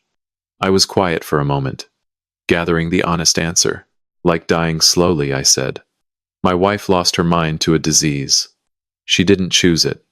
She fought it every day until there was nothing left to fight with. And here I am, pretending to lose mine by choice, performing the very thing that killed her. Some days, the pretending feels worse than the theft, because at least money can be recovered. But the look on my granddaughter's face when she thinks I'm disappearing the way her grandmother did, that I can never take back. Dr. Okafor was quiet for a long time. Then he said, "What you're doing takes extraordinary strength. I want you to know that." I stood to leave. We shook hands. At the door, I paused. "Doctor, when you write your report, don't soften anything. Don't hedge. I need the court to understand exactly how absurd this petition is." "I never hedge, Professor. The data speaks for itself." I walked out of the neuroscience building into the November afternoon. The Duke campus spread before me. Gothic stone buildings, ancient magnolias, students crossing the quad with backpacks and coffee cups. I had walked these paths for 38 years, taught in these halls, built my life's work in these laboratories. I turned left instead of heading to the parking lot. A 5-minute walk brought me to the Agricultural Sciences building, East Wing, 3rd floor, a door I had opened 10,000 times. The nameplate was still there. Callaway Agricultural Research Laboratory. Gold lettering on dark wood. They had not removed it. Perhaps they never would. I touched the letters with my fingertips, traced the C, the familiar grooves. In 3 weeks, I would stand on Stephanie's stage and let the world believe I had lost my mind. My colleagues might see it. My former students. People who knew the name on this door and what it represented. For a brief, terrible moment, they would think Bobby Calloway was gone. But the truth would follow. It always does. And when it arrived, it would arrive with the force of 50 years of evidence behind it. I turned from the door and walked toward the parking lot, toward my car, toward home. But before the summit, before the trap closed, I had one more task, the most painful one. I had to face my son alone. And I had to decide whether he was worth saving. I called Darnell on a Thursday evening, 9 days before the summit. Stephanie was in Raleigh for a podcast recording session. I knew her schedule because Darnell mentioned it at Sunday dinner. She would be gone until 10. "Meet me at the farm," I said. No preamble. No small talk. "Come alone. Don't tell Stephanie." Silence on the line. Then his breathing. Faster than normal. "Dad, what's going on?" "Just come." 7 o'clock. The farm. I hung up before he could ask anything else. I needed him off balance. I needed him to arrive without a prepared script, without Stephanie's voice in his ear telling him what to say. The farm sits on 40 acres off Old Oxford Road, 15 minutes outside Durham proper. I bought it in 1986 with grant money from USAID. It was abandoned tobacco land then. Depleted soil, collapsed fencing, a small wooden cottage that leaned slightly to the west. Dorothy and I spent 2 summers rehabilitating the soil. Nitrogen fixing cover crops. Composting. Careful pH management. We brought that dead land back to life the way we did everything. Together. Patiently. One season at a time. Now the fields grew experimental sorghum varieties year-round. A small greenhouse held controlled specimens. The cottage had been restored and served as my field office for 30 years. And beneath the old magnolia tree at the edge of the eastern field, Dorothy's ashes rested in the soil she helped me heal. I arrived at 6:30. The November evening was cool and fading. The sorghum in the east field stood tall, golden brown, ready for late harvest. It swayed gently in the breeze. The sound it made was something between a whisper and a prayer. Dorothy always said it sounded like the earth singing. I walked to the magnolia tree. Its broad leaves were still green, defiant against the coming winter. I placed my hand on its trunk, rough bark, solid, rooted deep. "I'm going to talk to our boy tonight," I said quietly. "I don't know what I'm going to find. But whatever he is, whatever she turned him into, he's still ours.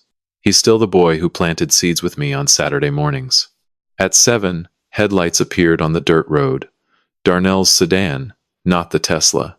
He parked beside my truck and sat in the car for a full minute before getting out. When he finally stepped into the fading light, he looked smaller than I remembered, diminished. His shoulders curved inward like a man bracing for impact. He walked toward me slowly. I was standing at the edge of the sorghum field, the magnolia tree behind me, Dorothy between us. "Dad." His voice cracked on the single syllable. "Walk with me." We walked into the sorghum field. The stalks rose above our heads, golden and rustling. The path between rows was narrow. We walked single file, then side by side as the rows widened. I did not speak. I let the silence work. Let him feel the weight of this place, this land, this history. We reached the center of the field, an open patch where I used to set up measurement equipment. The sky above was darkening. First stars appearing. I stopped. Turned to face my son. "I know everything, Darnell." He flinched like I had struck him. "I know about the money. 2.5 million taken from my accounts over 2 years. I know about Radiant Life LLC. I know about the Sedona Resort. I know about Agri Global and my patents. I know about the fabricated quarterly reports. I know about the conservatorship petition. I know about Dr. Mercer. And I know what she said to you in my living room 3 weeks ago." His face collapsed. Not gradually. All at once. Like a building when the foundation gives way. He dropped to his knees in the dirt between the sorghum rows. His hands pressed against the soil. His shoulders shook. "Dad. Dad. I'm sorry. I'm so sorry." I stood over my son, my 43-year-old son, kneeling in the field where I taught him to plant seeds when he was 6 years old, crying into the dirt his mother's ashes nourished. "Tell me everything," I said, "from the beginning, and do not lie to me, Darnell. Not here. Not on this ground." It came out in fragments. Broken sentences. Confessions that had been trapped inside him for years. Stephanie had begun isolating him within a year of their marriage. Subtle at first. Criticizing his friends. Questioning his business decisions. Taking over the finances because he was not good enough with money. Making him feel incompetent. Small. Dependent. When Maya was born, the control tightened. Everything revolved around the child. And Stephanie made it clear, always indirectly, always deniably, that Maya's stability depended on Darnell's compliance. "Do what I say, or I take her." She kept records, Darnell said, still on his knees. Screenshots of texts she manipulated. Journal entries she wrote about me. Arguments she provoked and then documented. She built a custody case over years, Dad. A portfolio of evidence that I'm unstable, irresponsible, unfit. If I ever challenge her, she files for sole custody and moves to California where her sister lives. Different jurisdiction. I'd be fighting across state lines with no money and no chance. "When did she start taking my money?" I asked. 2 years ago. Right after Mom died. He wiped his face with the back of his hand. "She said it was temporary. Said we needed capital for the resort investment. Said it would triple in value. Said we'd pay you back before you ever noticed." I believed her. God help me. I believed her. And the patents? Darnell looked up at me. His eyes were red, swollen, desperate. I didn't know about the patents until 6 months ago. When AgriGlobal started pushing for the farm, the actual land, that's when I realized how deep it went. By then, I was already trapped. If I went to you, she'd take Maya. If I went to the police, she'd take Maya. If I did anything, anything at all, she'd disappear with my daughter. I looked at my son. Broken, manipulated, guilty, but not evil, not calculated, weak, afraid, trapped by a woman who used his love for his child as a leash. Stand up, Darnell. He stood slowly, dirt on his knees, dirt on his hands, tears still wet on his face. Do you want out? I asked. More than anything. Then you're going to help me. Quietly, secretly. Stephanie cannot know. Not a word. Not a look. Not a change in behavior. Can you do that? He nodded. Fast. Desperate. Yes. Anything. What do you need? I need access to her financial records. Passwords. Account numbers. The documents she keeps at home about Radiant Life and AgriGlobal. And I need you. At the summit. Backstage. Ready. Ready for what? Ready to watch it end. He stared at me. Something shifted in his eyes. Fear giving way to something else. Not courage exactly. Not yet. But the first faint spark of it. The possibility of courage. Dad, I'm sorry. For all of it. For not being stronger. For not protecting you. I put my hand on his shoulder, gripped it firmly. You were protecting Maya. I understand that. A father protects his child. But Darnell, you are done being afraid. I am getting you out. Both of you. He broke again. Folded into me the way he did when he was 10, and the neighborhood kids called him names. I held my son in the middle of a sorghum field at dusk and let him cry. Above us, the first stars appeared. Around us, the stalks whispered their quiet prayer. 2 more weeks, I said. Can you be brave for 2 more weeks? He pulled back, wiped his eyes, straightened his shoulders. For Maya, for you, for Mom, for Dorothy. Yes, for all of us. We walked back through the field together, side by side. The magnolia tree stood watch at the edge. The cottage glowed faintly in the last light. This land, this soil, this history. Stephanie thought she could sell it, package it, erase its meaning. She was wrong, because now there were 2 of us, and in 9 days there would be a reckoning she could not imagine. I woke at 4:30 on the morning of November 18th.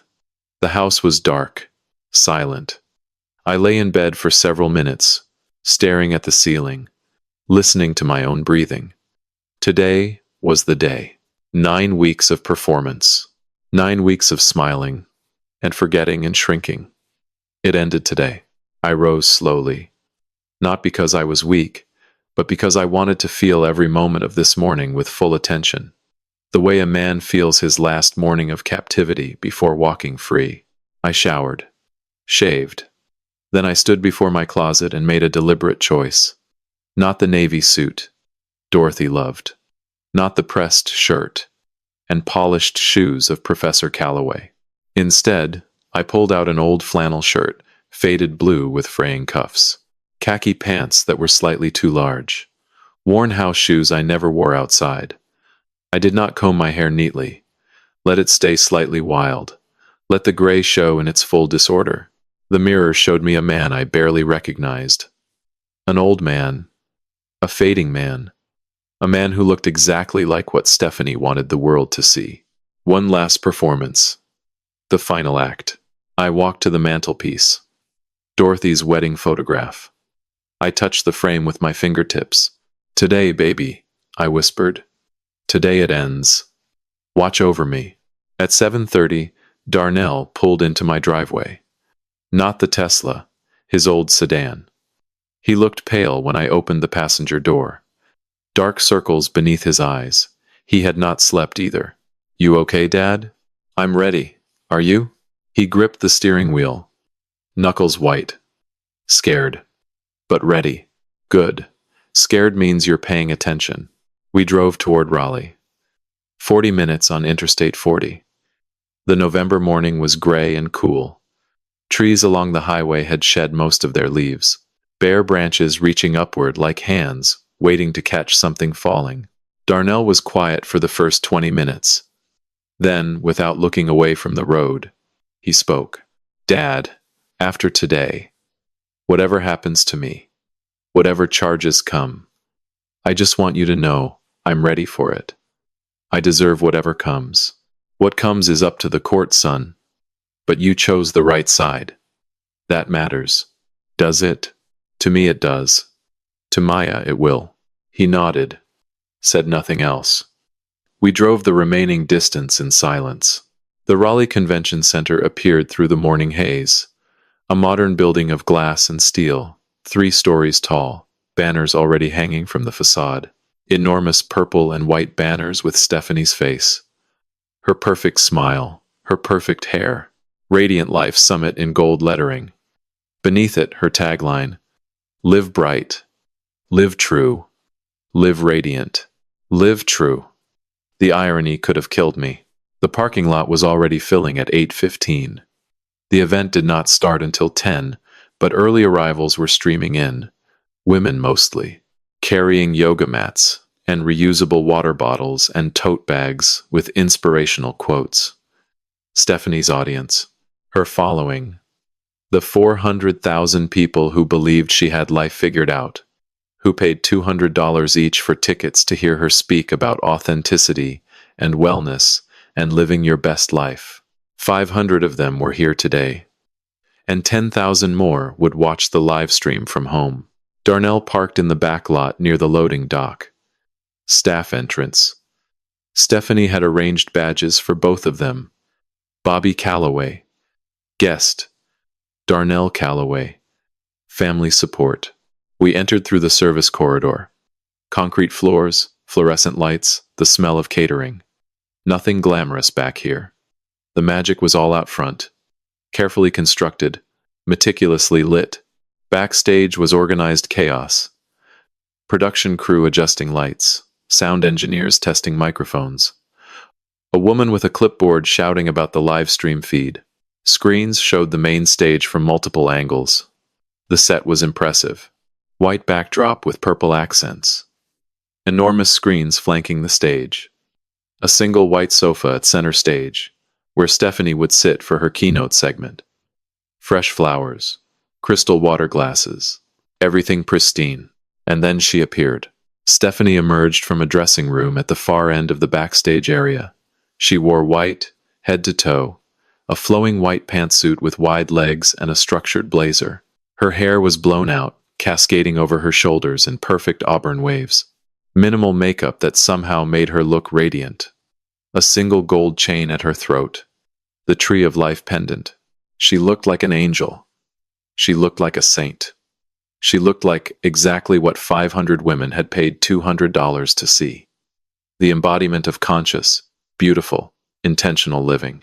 She saw us and glided over, her smile wide, genuine looking, the best performance of her life, and she did not even know it was her last.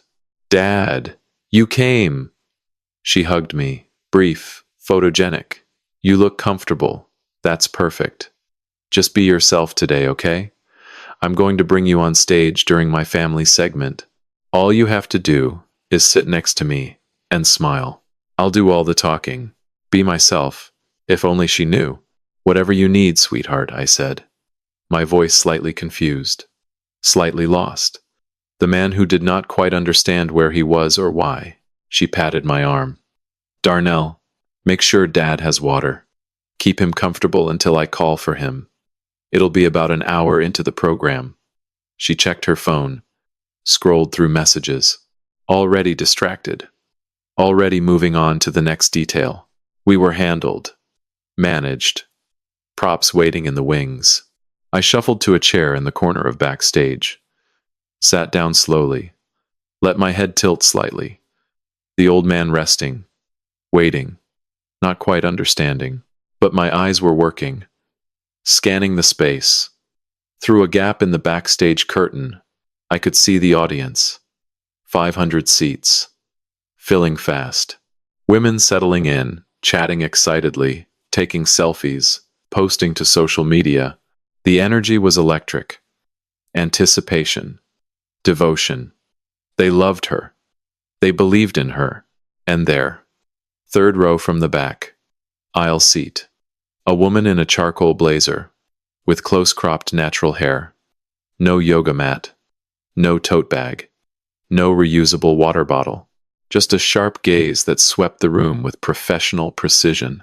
Agent Patricia Rhodes, FBI, seated among the wellness devotees like a hawk among songbirds. Our eyes met for one fraction of a second. She gave no acknowledgement. No nod. Nothing. Just the briefest flicker of contact. And then she looked away, back to scanning the room. My heart was pounding, but my face showed nothing. The old man in the corner, confused, passive, waiting to be told what to do. Darnell stood beside me. His hand trembled slightly at his side. I reached over and squeezed his wrist once. A signal. Steady. We're almost there. The house lights dimmed. The crowd hushed. Music swelled from the speakers, uplifting, orchestral. The kind of music that made people feel like something important was about to happen. The MC's voice boomed through the venue. Ladies and gentlemen, welcome to the Radiant Life Summit. Please give a warm welcome to your host, your guide, your inspiration, Stephanie Calloway. 500 people erupted in applause, cheering, standing ovation before she even spoke a word. Stephanie emerged from stage left, arms open wide, smile blazing, stepping into the light like she owned it. And from backstage, watching through the curtain gap, I whispered to no one, "Enjoy it, Stephanie. It's the last applause you'll ever hear." For 53 minutes, I watched Stephanie command that stage. She was magnificent. I will give her that. She spoke about intentional living, about releasing toxicity, about building a life of purpose and authenticity. The audience hung on every word. They laughed when she made jokes. They wiped tears when she shared carefully crafted vulnerabilities. They nodded along like congregants at a sermon. Authentic. The woman who stole $2.5 million and sold federally funded patents to a corporation was lecturing 500 people about authenticity, and they believed her. Every word. At 54 minutes, she shifted tone. Her voice softened. Her posture opened. She sat down on the white sofa at center stage and folded her hands. The screens behind her displayed a photograph I had never seen before. Me, sitting in my garden, looking slightly lost. She must have taken it without my knowledge during one of her visits. "I want to share something personal with you today," she said. Her voice trembled with practiced emotion. "Something that's been a huge part of my journey this year. Something that's taught me more about love and sacrifice than anything else in my life." The audience leaned forward. Collective breath held. "My father-in-law, Bobby, is the most brilliant man I've ever known. A professor, a scientist, a man who literally fed millions of people through his research." She paused, wiped beneath her eye with one finger. "But over the past year, he's been struggling. Memory loss, confusion, the same disease that took his beautiful wife, my mother-in-law Dorothy, is now coming for him. And our family has made the decision to step up, to care for him, to protect him and his legacy." 500 people murmured in sympathy. Comments on the live stream scrolled rapidly. Hearts, crying emojis. "You're an angel, Stephanie. I want you to meet him," she continued. "Because caring for our elders isn't just a duty. It's a privilege. It's the most radiant thing we can do." She turned toward backstage, extended her hand. "Dad? Come on out, sweetheart." A production assistant touched my shoulder. "That's your cue, sir." I stood, shuffled forward, through the curtain gap, into the blinding stage lights. 500 faces turned toward me. 10,000 more watching through cameras. I squinted, blinked, let my shoulders hunch, let my steps falter slightly. Stephanie met me at the edge of the stage, took my arm, guided me to the sofa with exaggerated tenderness. The audience applauded softly, encouragingly, the way you clap for a child completing a difficult task. I sat beside her, looked out at the sea of faces, smiled vaguely. The confused old man, the prop, the demonstration. Stephanie kept her hand on my arm. Possessive, protective, a visual for the cameras. Bobby has given me power of attorney over his affairs, she said, turning back to the audience. I manage his finances, his properties, his research legacy. Everything he built over 50 years, I now protect and steward. It's a tremendous responsibility, but I do it with love. There it was. The public statement. On camera. Before 500 witnesses and 10,000 live stream viewers. She had just claimed authority over my finances, my properties, my intellectual legacy. On the record. Undeniable. Exactly what Agent Rhodes needed. I felt the moment arrive. Like the precise instant a chemical reaction reaches its tipping point. Like the second a seed cracks its shell and begins to push toward light. I lifted my head, slowly, deliberately. The hunch left my shoulders, my spine straightened, my eyes, which had been wandering and unfocused, sharpened, locked forward, clear. Stephanie was still talking, saying something about daily caregiving routines. She did not notice. Not yet. But the audience did.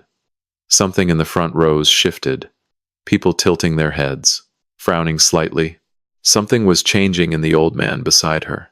Actually, I said, my voice was not loud, but it was clear, steady, strong.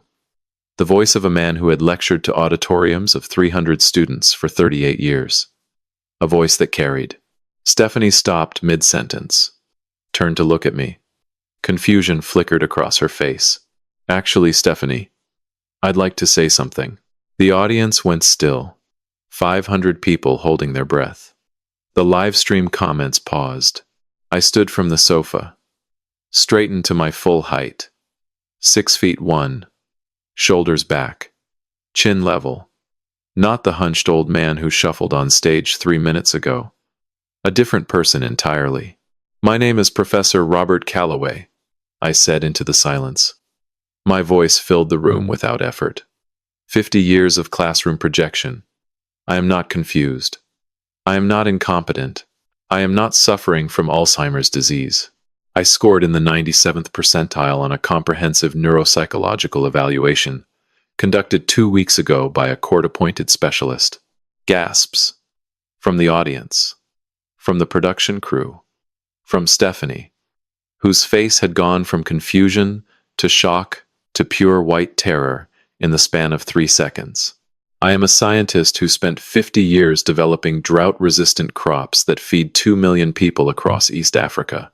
And this woman, I turned to face Stephanie directly, stole $2.5 million from my retirement accounts, sold my federally funded patents to a multinational corporation, and filed a fraudulent conservatorship petition claiming I have Alzheimer's disease so she could gain legal control of my remaining assets.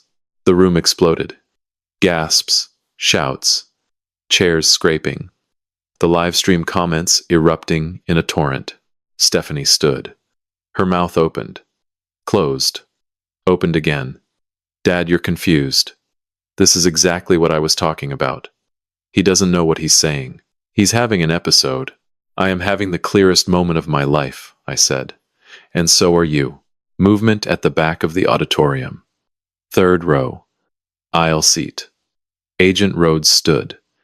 Beside her, 2 more agents in dark suits materialized from the crowd. They moved down the center aisle with purpose. Badges visible. The audience parted like water. Stephanie saw them. Her eyes went wide. She took a step backward, then another. Nowhere to go. The stage was a dead end. Agent Rhodes climbed the 3 steps to the stage. Her voice was calm, professional. Absolute. Stephanie Calloway. I am Special Agent Patricia Rhodes with the Federal Bureau of Investigation. You are under arrest for wire fraud, theft of federally funded intellectual property, elder financial abuse, and perjury. You have the right to remain silent. Anything you say can and will be used against you in a court of law. The handcuffs clicked. Silver against white fabric. Stephanie's perfect white suit. Her perfect auburn hair. Her perfect life, collapsing in real time before 500 witnesses and 10,000 screens. She turned to me, her face twisted. Not contrition, not shame, fury. You planned this, she whispered. You planned all of it. I looked at her steadily. The woman who called me dad, who stole from my grief, who sold my seeds, who wanted to sell Dorothy's resting place, who threatened to take my granddaughter. For every seed you tried to destroy, Stephanie, for every dollar you stole, for every lie you told, for Dorothy, for Maya, for the 2 million people you would have let starve. They led her off the stage. The audience was standing, not applauding, just standing, stunned, phones recording. The live stream still running. 10,000 people watching a wellness guru led away in handcuffs. I stood alone on that stage. 78 years old, in a flannel shirt and worn shoes. Not a guru, not a brand. Just a man who grew things in difficult soil. A man who refused to disappear. From backstage, through the curtain gap, Darnell watched. Tears streaming. One hand pressed over his mouth. The other raised slightly. Not a wave. A salute. A son acknowledging his father's victory. I nodded once. Then I walked off that stage with my spine straight and my head high. The longest performance of my life was over. And the truth, finally, was free. 3 weeks after the arrest, the United States District Court for the Middle District of North Carolina. A federal courthouse. Not a family court. Not a county hearing room. Federal. The kind of courtroom where the crimes carry decades, not months. I wore the navy blue suit, the one Dorothy bought me for our 50th wedding anniversary. She picked it out at a shop on 9th Street in Durham, ran her fingers along the fabric and said, "This is the suit of a man who built something worth remembering." I had worn it to her funeral. I wore it now to end the war she never knew was being fought in her name. Nate drove me. We arrived at 8:45. The courtroom was on the 3rd floor. Federal courtrooms are different from state courts. Quieter, more formal, higher ceilings. The weight of the federal government pressing down from every surface. The seal of the United States above the judge's bench. The flag standing at attention. Judge Harrison Cole presided. 64 years old. Appointed by a Democratic president 12 years ago. Former federal prosecutor. Reputation for meticulous attention to evidence and zero tolerance for those who abused positions of trust. Nate had researched him thoroughly. He was exactly the judge we needed. Stephanie sat at the defendant's table. Orange jumpsuit. No white pantsuit today. No flowing hair. No gold pendant. Her attorney, a court-appointed public defender named Sarah Whitfield, sat beside her looking overwhelmed by the volume of evidence stacked against her client. The conservatorship hearing and the initial federal criminal proceedings had been consolidated by Judge Cole's order. Efficiency. One courtroom, one judge, one reckoning. Nate presented our case first. Methodical. Precise. The way I would present research findings at a conference. Evidence layered upon evidence, each piece supporting the next, building toward an undeniable conclusion. He began with the financial forensics. A large screen displayed the flowchart I had first seen in his office 9 weeks ago. My name at the top, arrows flowing downward through accounts and shell companies to Sedona and Agri Global. 47 separate unauthorized withdrawals documented. Each one matched to dates, amounts, and corresponding luxury purchases or investment transfers. Agent Rhodes took the stand next. Professional. Unshakable. She walked the court through the federal investigation. The USAID-funded patents. the fabricated Callaway Agricultural Trust, the unauthorized transfer of intellectual property to Agri Global Corporation, the impact on 2 million farmers in East Africa who stood to lose free access to drought-resistant seed varieties. The defendant sold federally funded research to a private corporation without authorization, Rhodes stated. This constitutes wire fraud under Title 18, Section 1343. It also violates the terms of 15 years of USAID grant agreements. The humanitarian impact is significant and ongoing. Then the recording. Nate connected his laptop to the courtroom audio system. Your Honor, this recording was made by Mr. Callaway in his own home under North Carolina's one-party consent statute. He pressed play. Stephanie's voice filled the courtroom. Cold, calculating, unmistakable. Your father's property, the house and the farm combined, is worth $1.2 million. That's our exit strategy. If you back out now, I take Maya, and you never see her again. Don't get emotional on me now, Darnell. We've come too far. The courtroom was silent. Judge Cole's expression hardened with each sentence. Stephanie stared at the table. Her attorney closed her eyes briefly. Dr. Okafor testified next. Calm. Authoritative. His findings were unequivocal. Mr. Callaway scored in the 97th percentile across all cognitive domains. There is no evidence of Alzheimer's disease or any form of cognitive decline. The allegation in the conservatorship petition is not supported by any legitimate medical evidence. The judge asked a direct question. Dr. Okafor, in your professional opinion, is there any basis whatsoever for the claims made in this petition? None, Your Honor. Mr. Callaway is one of the most cognitively exceptional individuals I have evaluated in 22 years of practice. The petition is not merely wrong. It is the opposite of reality. Nate saved the final piece for last. The piece that turned theft into something darker, something the judge would feel in his bones. Your Honor, during our investigation, we discovered an additional fraud, one that goes beyond financial crime. He placed a document on the overhead projector, an insurance beneficiary change form. At the bottom, a signature, Gloria Dorothy Callaway. This form was submitted to Atlantic Mutual Insurance 14 months ago. It changed the beneficiary of Dorothy Callaway's life insurance policy from the Maya Callaway Education Trust to Stephanie Callaway personally. The death benefit of $350,000 was paid directly to the defendant. He placed a second document beside it. Enlarged signature comparisons prepared by a forensic document examiner. Dorothy Callaway signed this form while residing in a memory care facility. At the time of the alleged signature, medical records confirm she could not recognize her own family members. She could not write her own name. This signature is a forgery. Judge Cole leaned forward.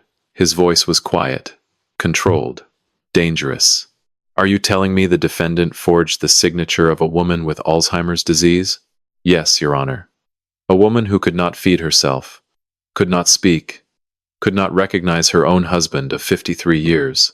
The defendant forged her signature and stole $350,000 intended for the education of her own daughter. The silence that followed was absolute. I looked at Stephanie. For the first time since I had known her, she had nothing. No smile, no performance, no mask. Just a woman in an orange jumpsuit staring at the table while the architecture of her crimes was laid bare. Judge Cole removed his glasses, set them on the bench. When he spoke, his voice carried the weight of the federal government behind every syllable. The petition for conservatorship is denied. Denied in its entirety. The evidence before this court demonstrates not cognitive decline in Mr.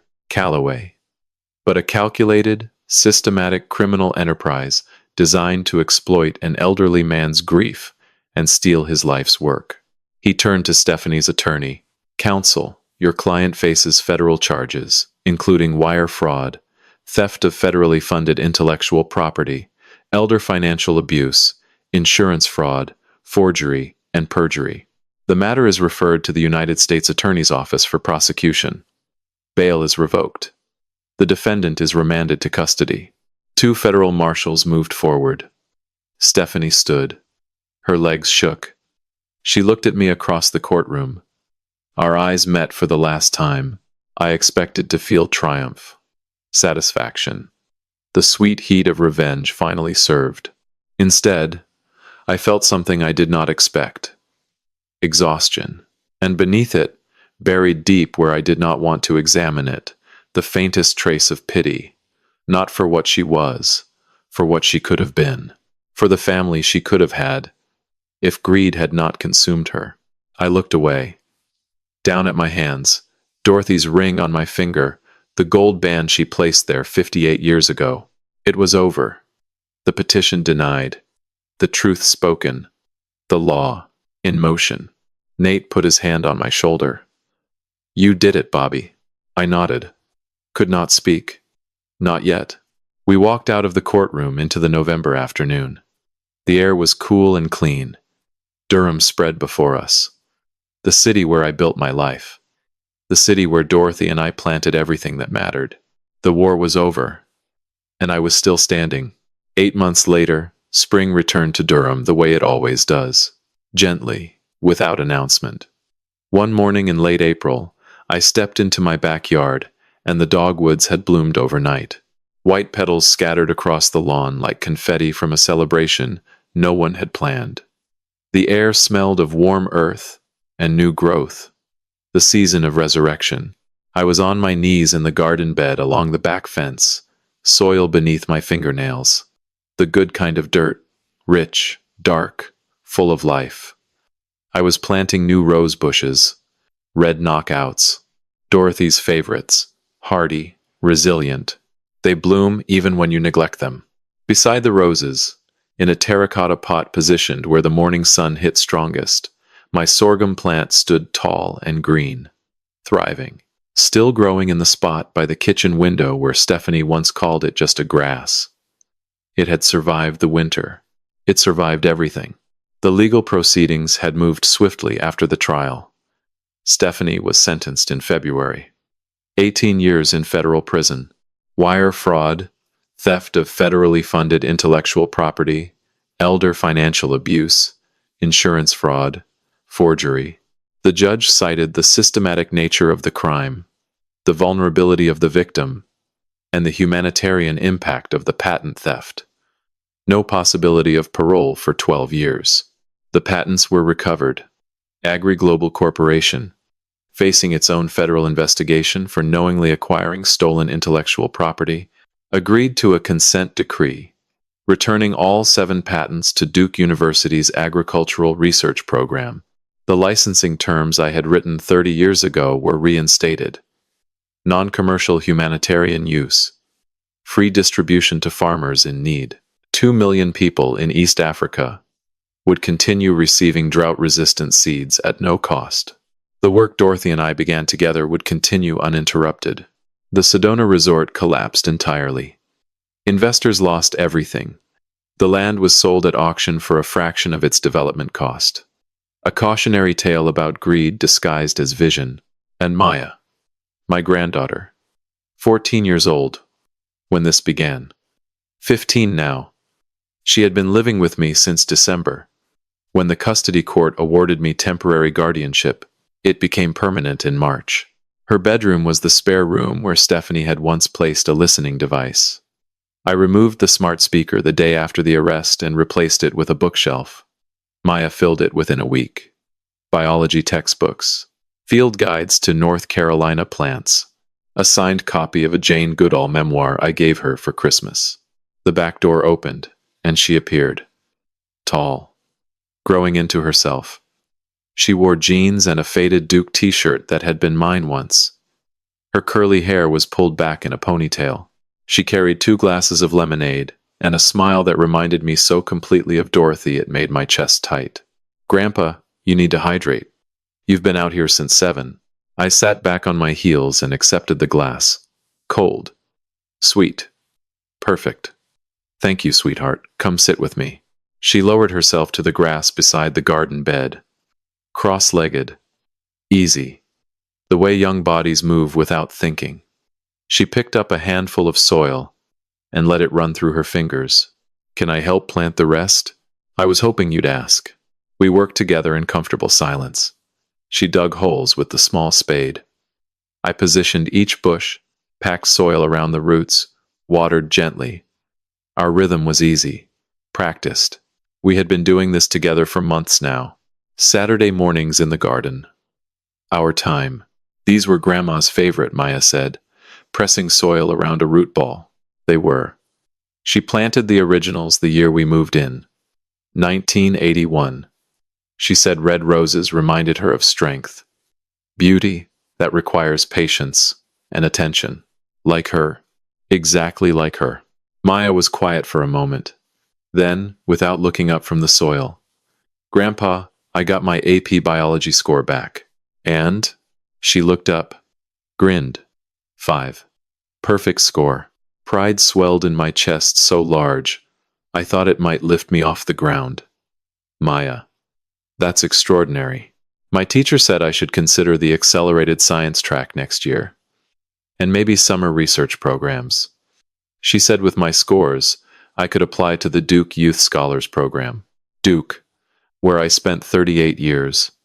Where my lab still bore my name. Where the seeds were born. Would you like that? I asked. More than anything, I want to study plant genetics. Like you, Grandpa. I want to understand how things grow. How you can change a seed to survive in places where nothing else will. I set down my trowel. Looked at my granddaughter. Dorothy's eyes. Dorothy's determination. Dorothy's belief that science should serve the people who need it most. Come with me, I said. There's something I want to show you. We drove to the farm. 15 minutes on Old Oxford Road. The fields were green with spring planting. New sorghum varieties I had started before everything happened, now tended by graduate students from Duke who had volunteered to maintain the research plots. The greenhouse hummed with growth. The cottage stood freshly painted, courtesy of Darnell, who had spent 3 weekends in March restoring what time and neglect had worn away. I led Maya to the eastern field. The magnolia tree stood at its edge, full and green, broad leaves catching the afternoon light. Beneath it, the soil was dark and rich. Dorothy's resting place. Your grandmother and I planted the first sorghum seeds here 30 years ago, I said. Right in this field. They were supposed to feed people who had nothing, people whose soil was too dry, whose rains came too late, whose governments had forgotten them. Maya stood beside me, looking out across the swaying green rows. And they did. They fed millions. They did. But your mother tried to take that away. She tried to sell these seeds to people who would have locked them behind paywalls and licensing fees. Farmers who received them free would have had to pay or go without. Maya was quiet. I could see her processing, fitting pieces together. But you stopped her. I stopped her. With help.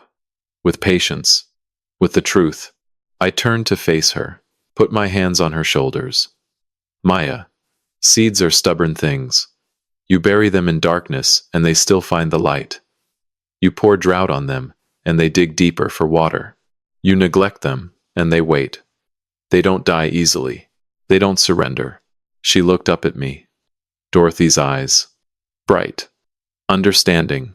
Like us, Grandpa? Exactly like us. I reached into my jacket pocket and pulled out an envelope. Legal documents. The ones I had been waiting for the right moment to give her. This is the Dorothy Calloway Science Trust. Your grandmother wanted you to have it. $800,000. For your education. College. Graduate school. Whatever path your science takes you. It's yours. Protected. No one can touch it but you. Maya stared at the envelope. Her hands trembled as she took it. She opened it slowly. Read the first page. Her eyes went wide, then wet. 800,000. 500 from your grandmother's recovered insurance money. 300 I added from the funds we recovered from the stolen accounts. Your grandmother spent her whole life investing in other people's futures. This is her investment in yours. Maya pressed the envelope to her chest. Tears ran freely down her face. She stepped forward and wrapped her arms around me. Tight, fierce. The embrace of a girl who understood exactly what she had been given and exactly what it cost. Thank you, Grandpa. Thank you for fighting for this, for fighting for me. I held my granddaughter beneath the magnolia tree where Dorothy rested. Spring air moved through the sorghum field. The stalks whispered their quiet prayer. And for the first time in nearly a year, something inside my chest released. A knot I had been carrying since Nate's phone call on that October morning. It loosened. Not completely. Not yet. But enough. Enough to breathe. Enough to believe that the worst was behind us. Enough to stand in this field with Dorothy's granddaughter and feel something that might, with time and patience, become peace. June, a Saturday morning. Duke University's Page Auditorium. The same hall where I delivered my final lecture 3 years ago. The same stage where colleagues applauded my retirement and handed me a plaque I never hung on any wall. Today, the auditorium was full again, but not for a farewell. The African Agricultural Foundation had chosen me for their Lifetime Achievement Award for 5 decades of contributions to food security in sub-Saharan Africa, for the development of drought-resistant crop varieties that sustain millions, for refusing to let those seeds be locked behind corporate walls. I sat in the front row in my navy suit, Dorothy's suit. Beside me, Maya. She wore a dress her grandmother would have loved. Simple. Elegant. A small gold pin on her collar in the shape of a sorghum stalk. She had it made by a jeweler on 9th Street, her own design. On my other side, Darnell.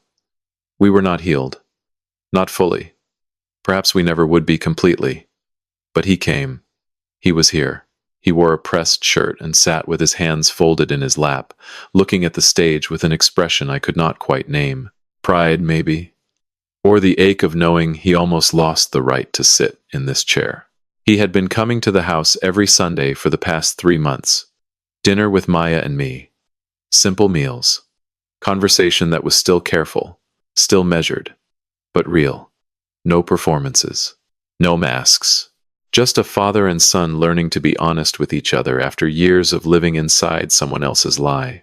When they called my name, I rose slowly.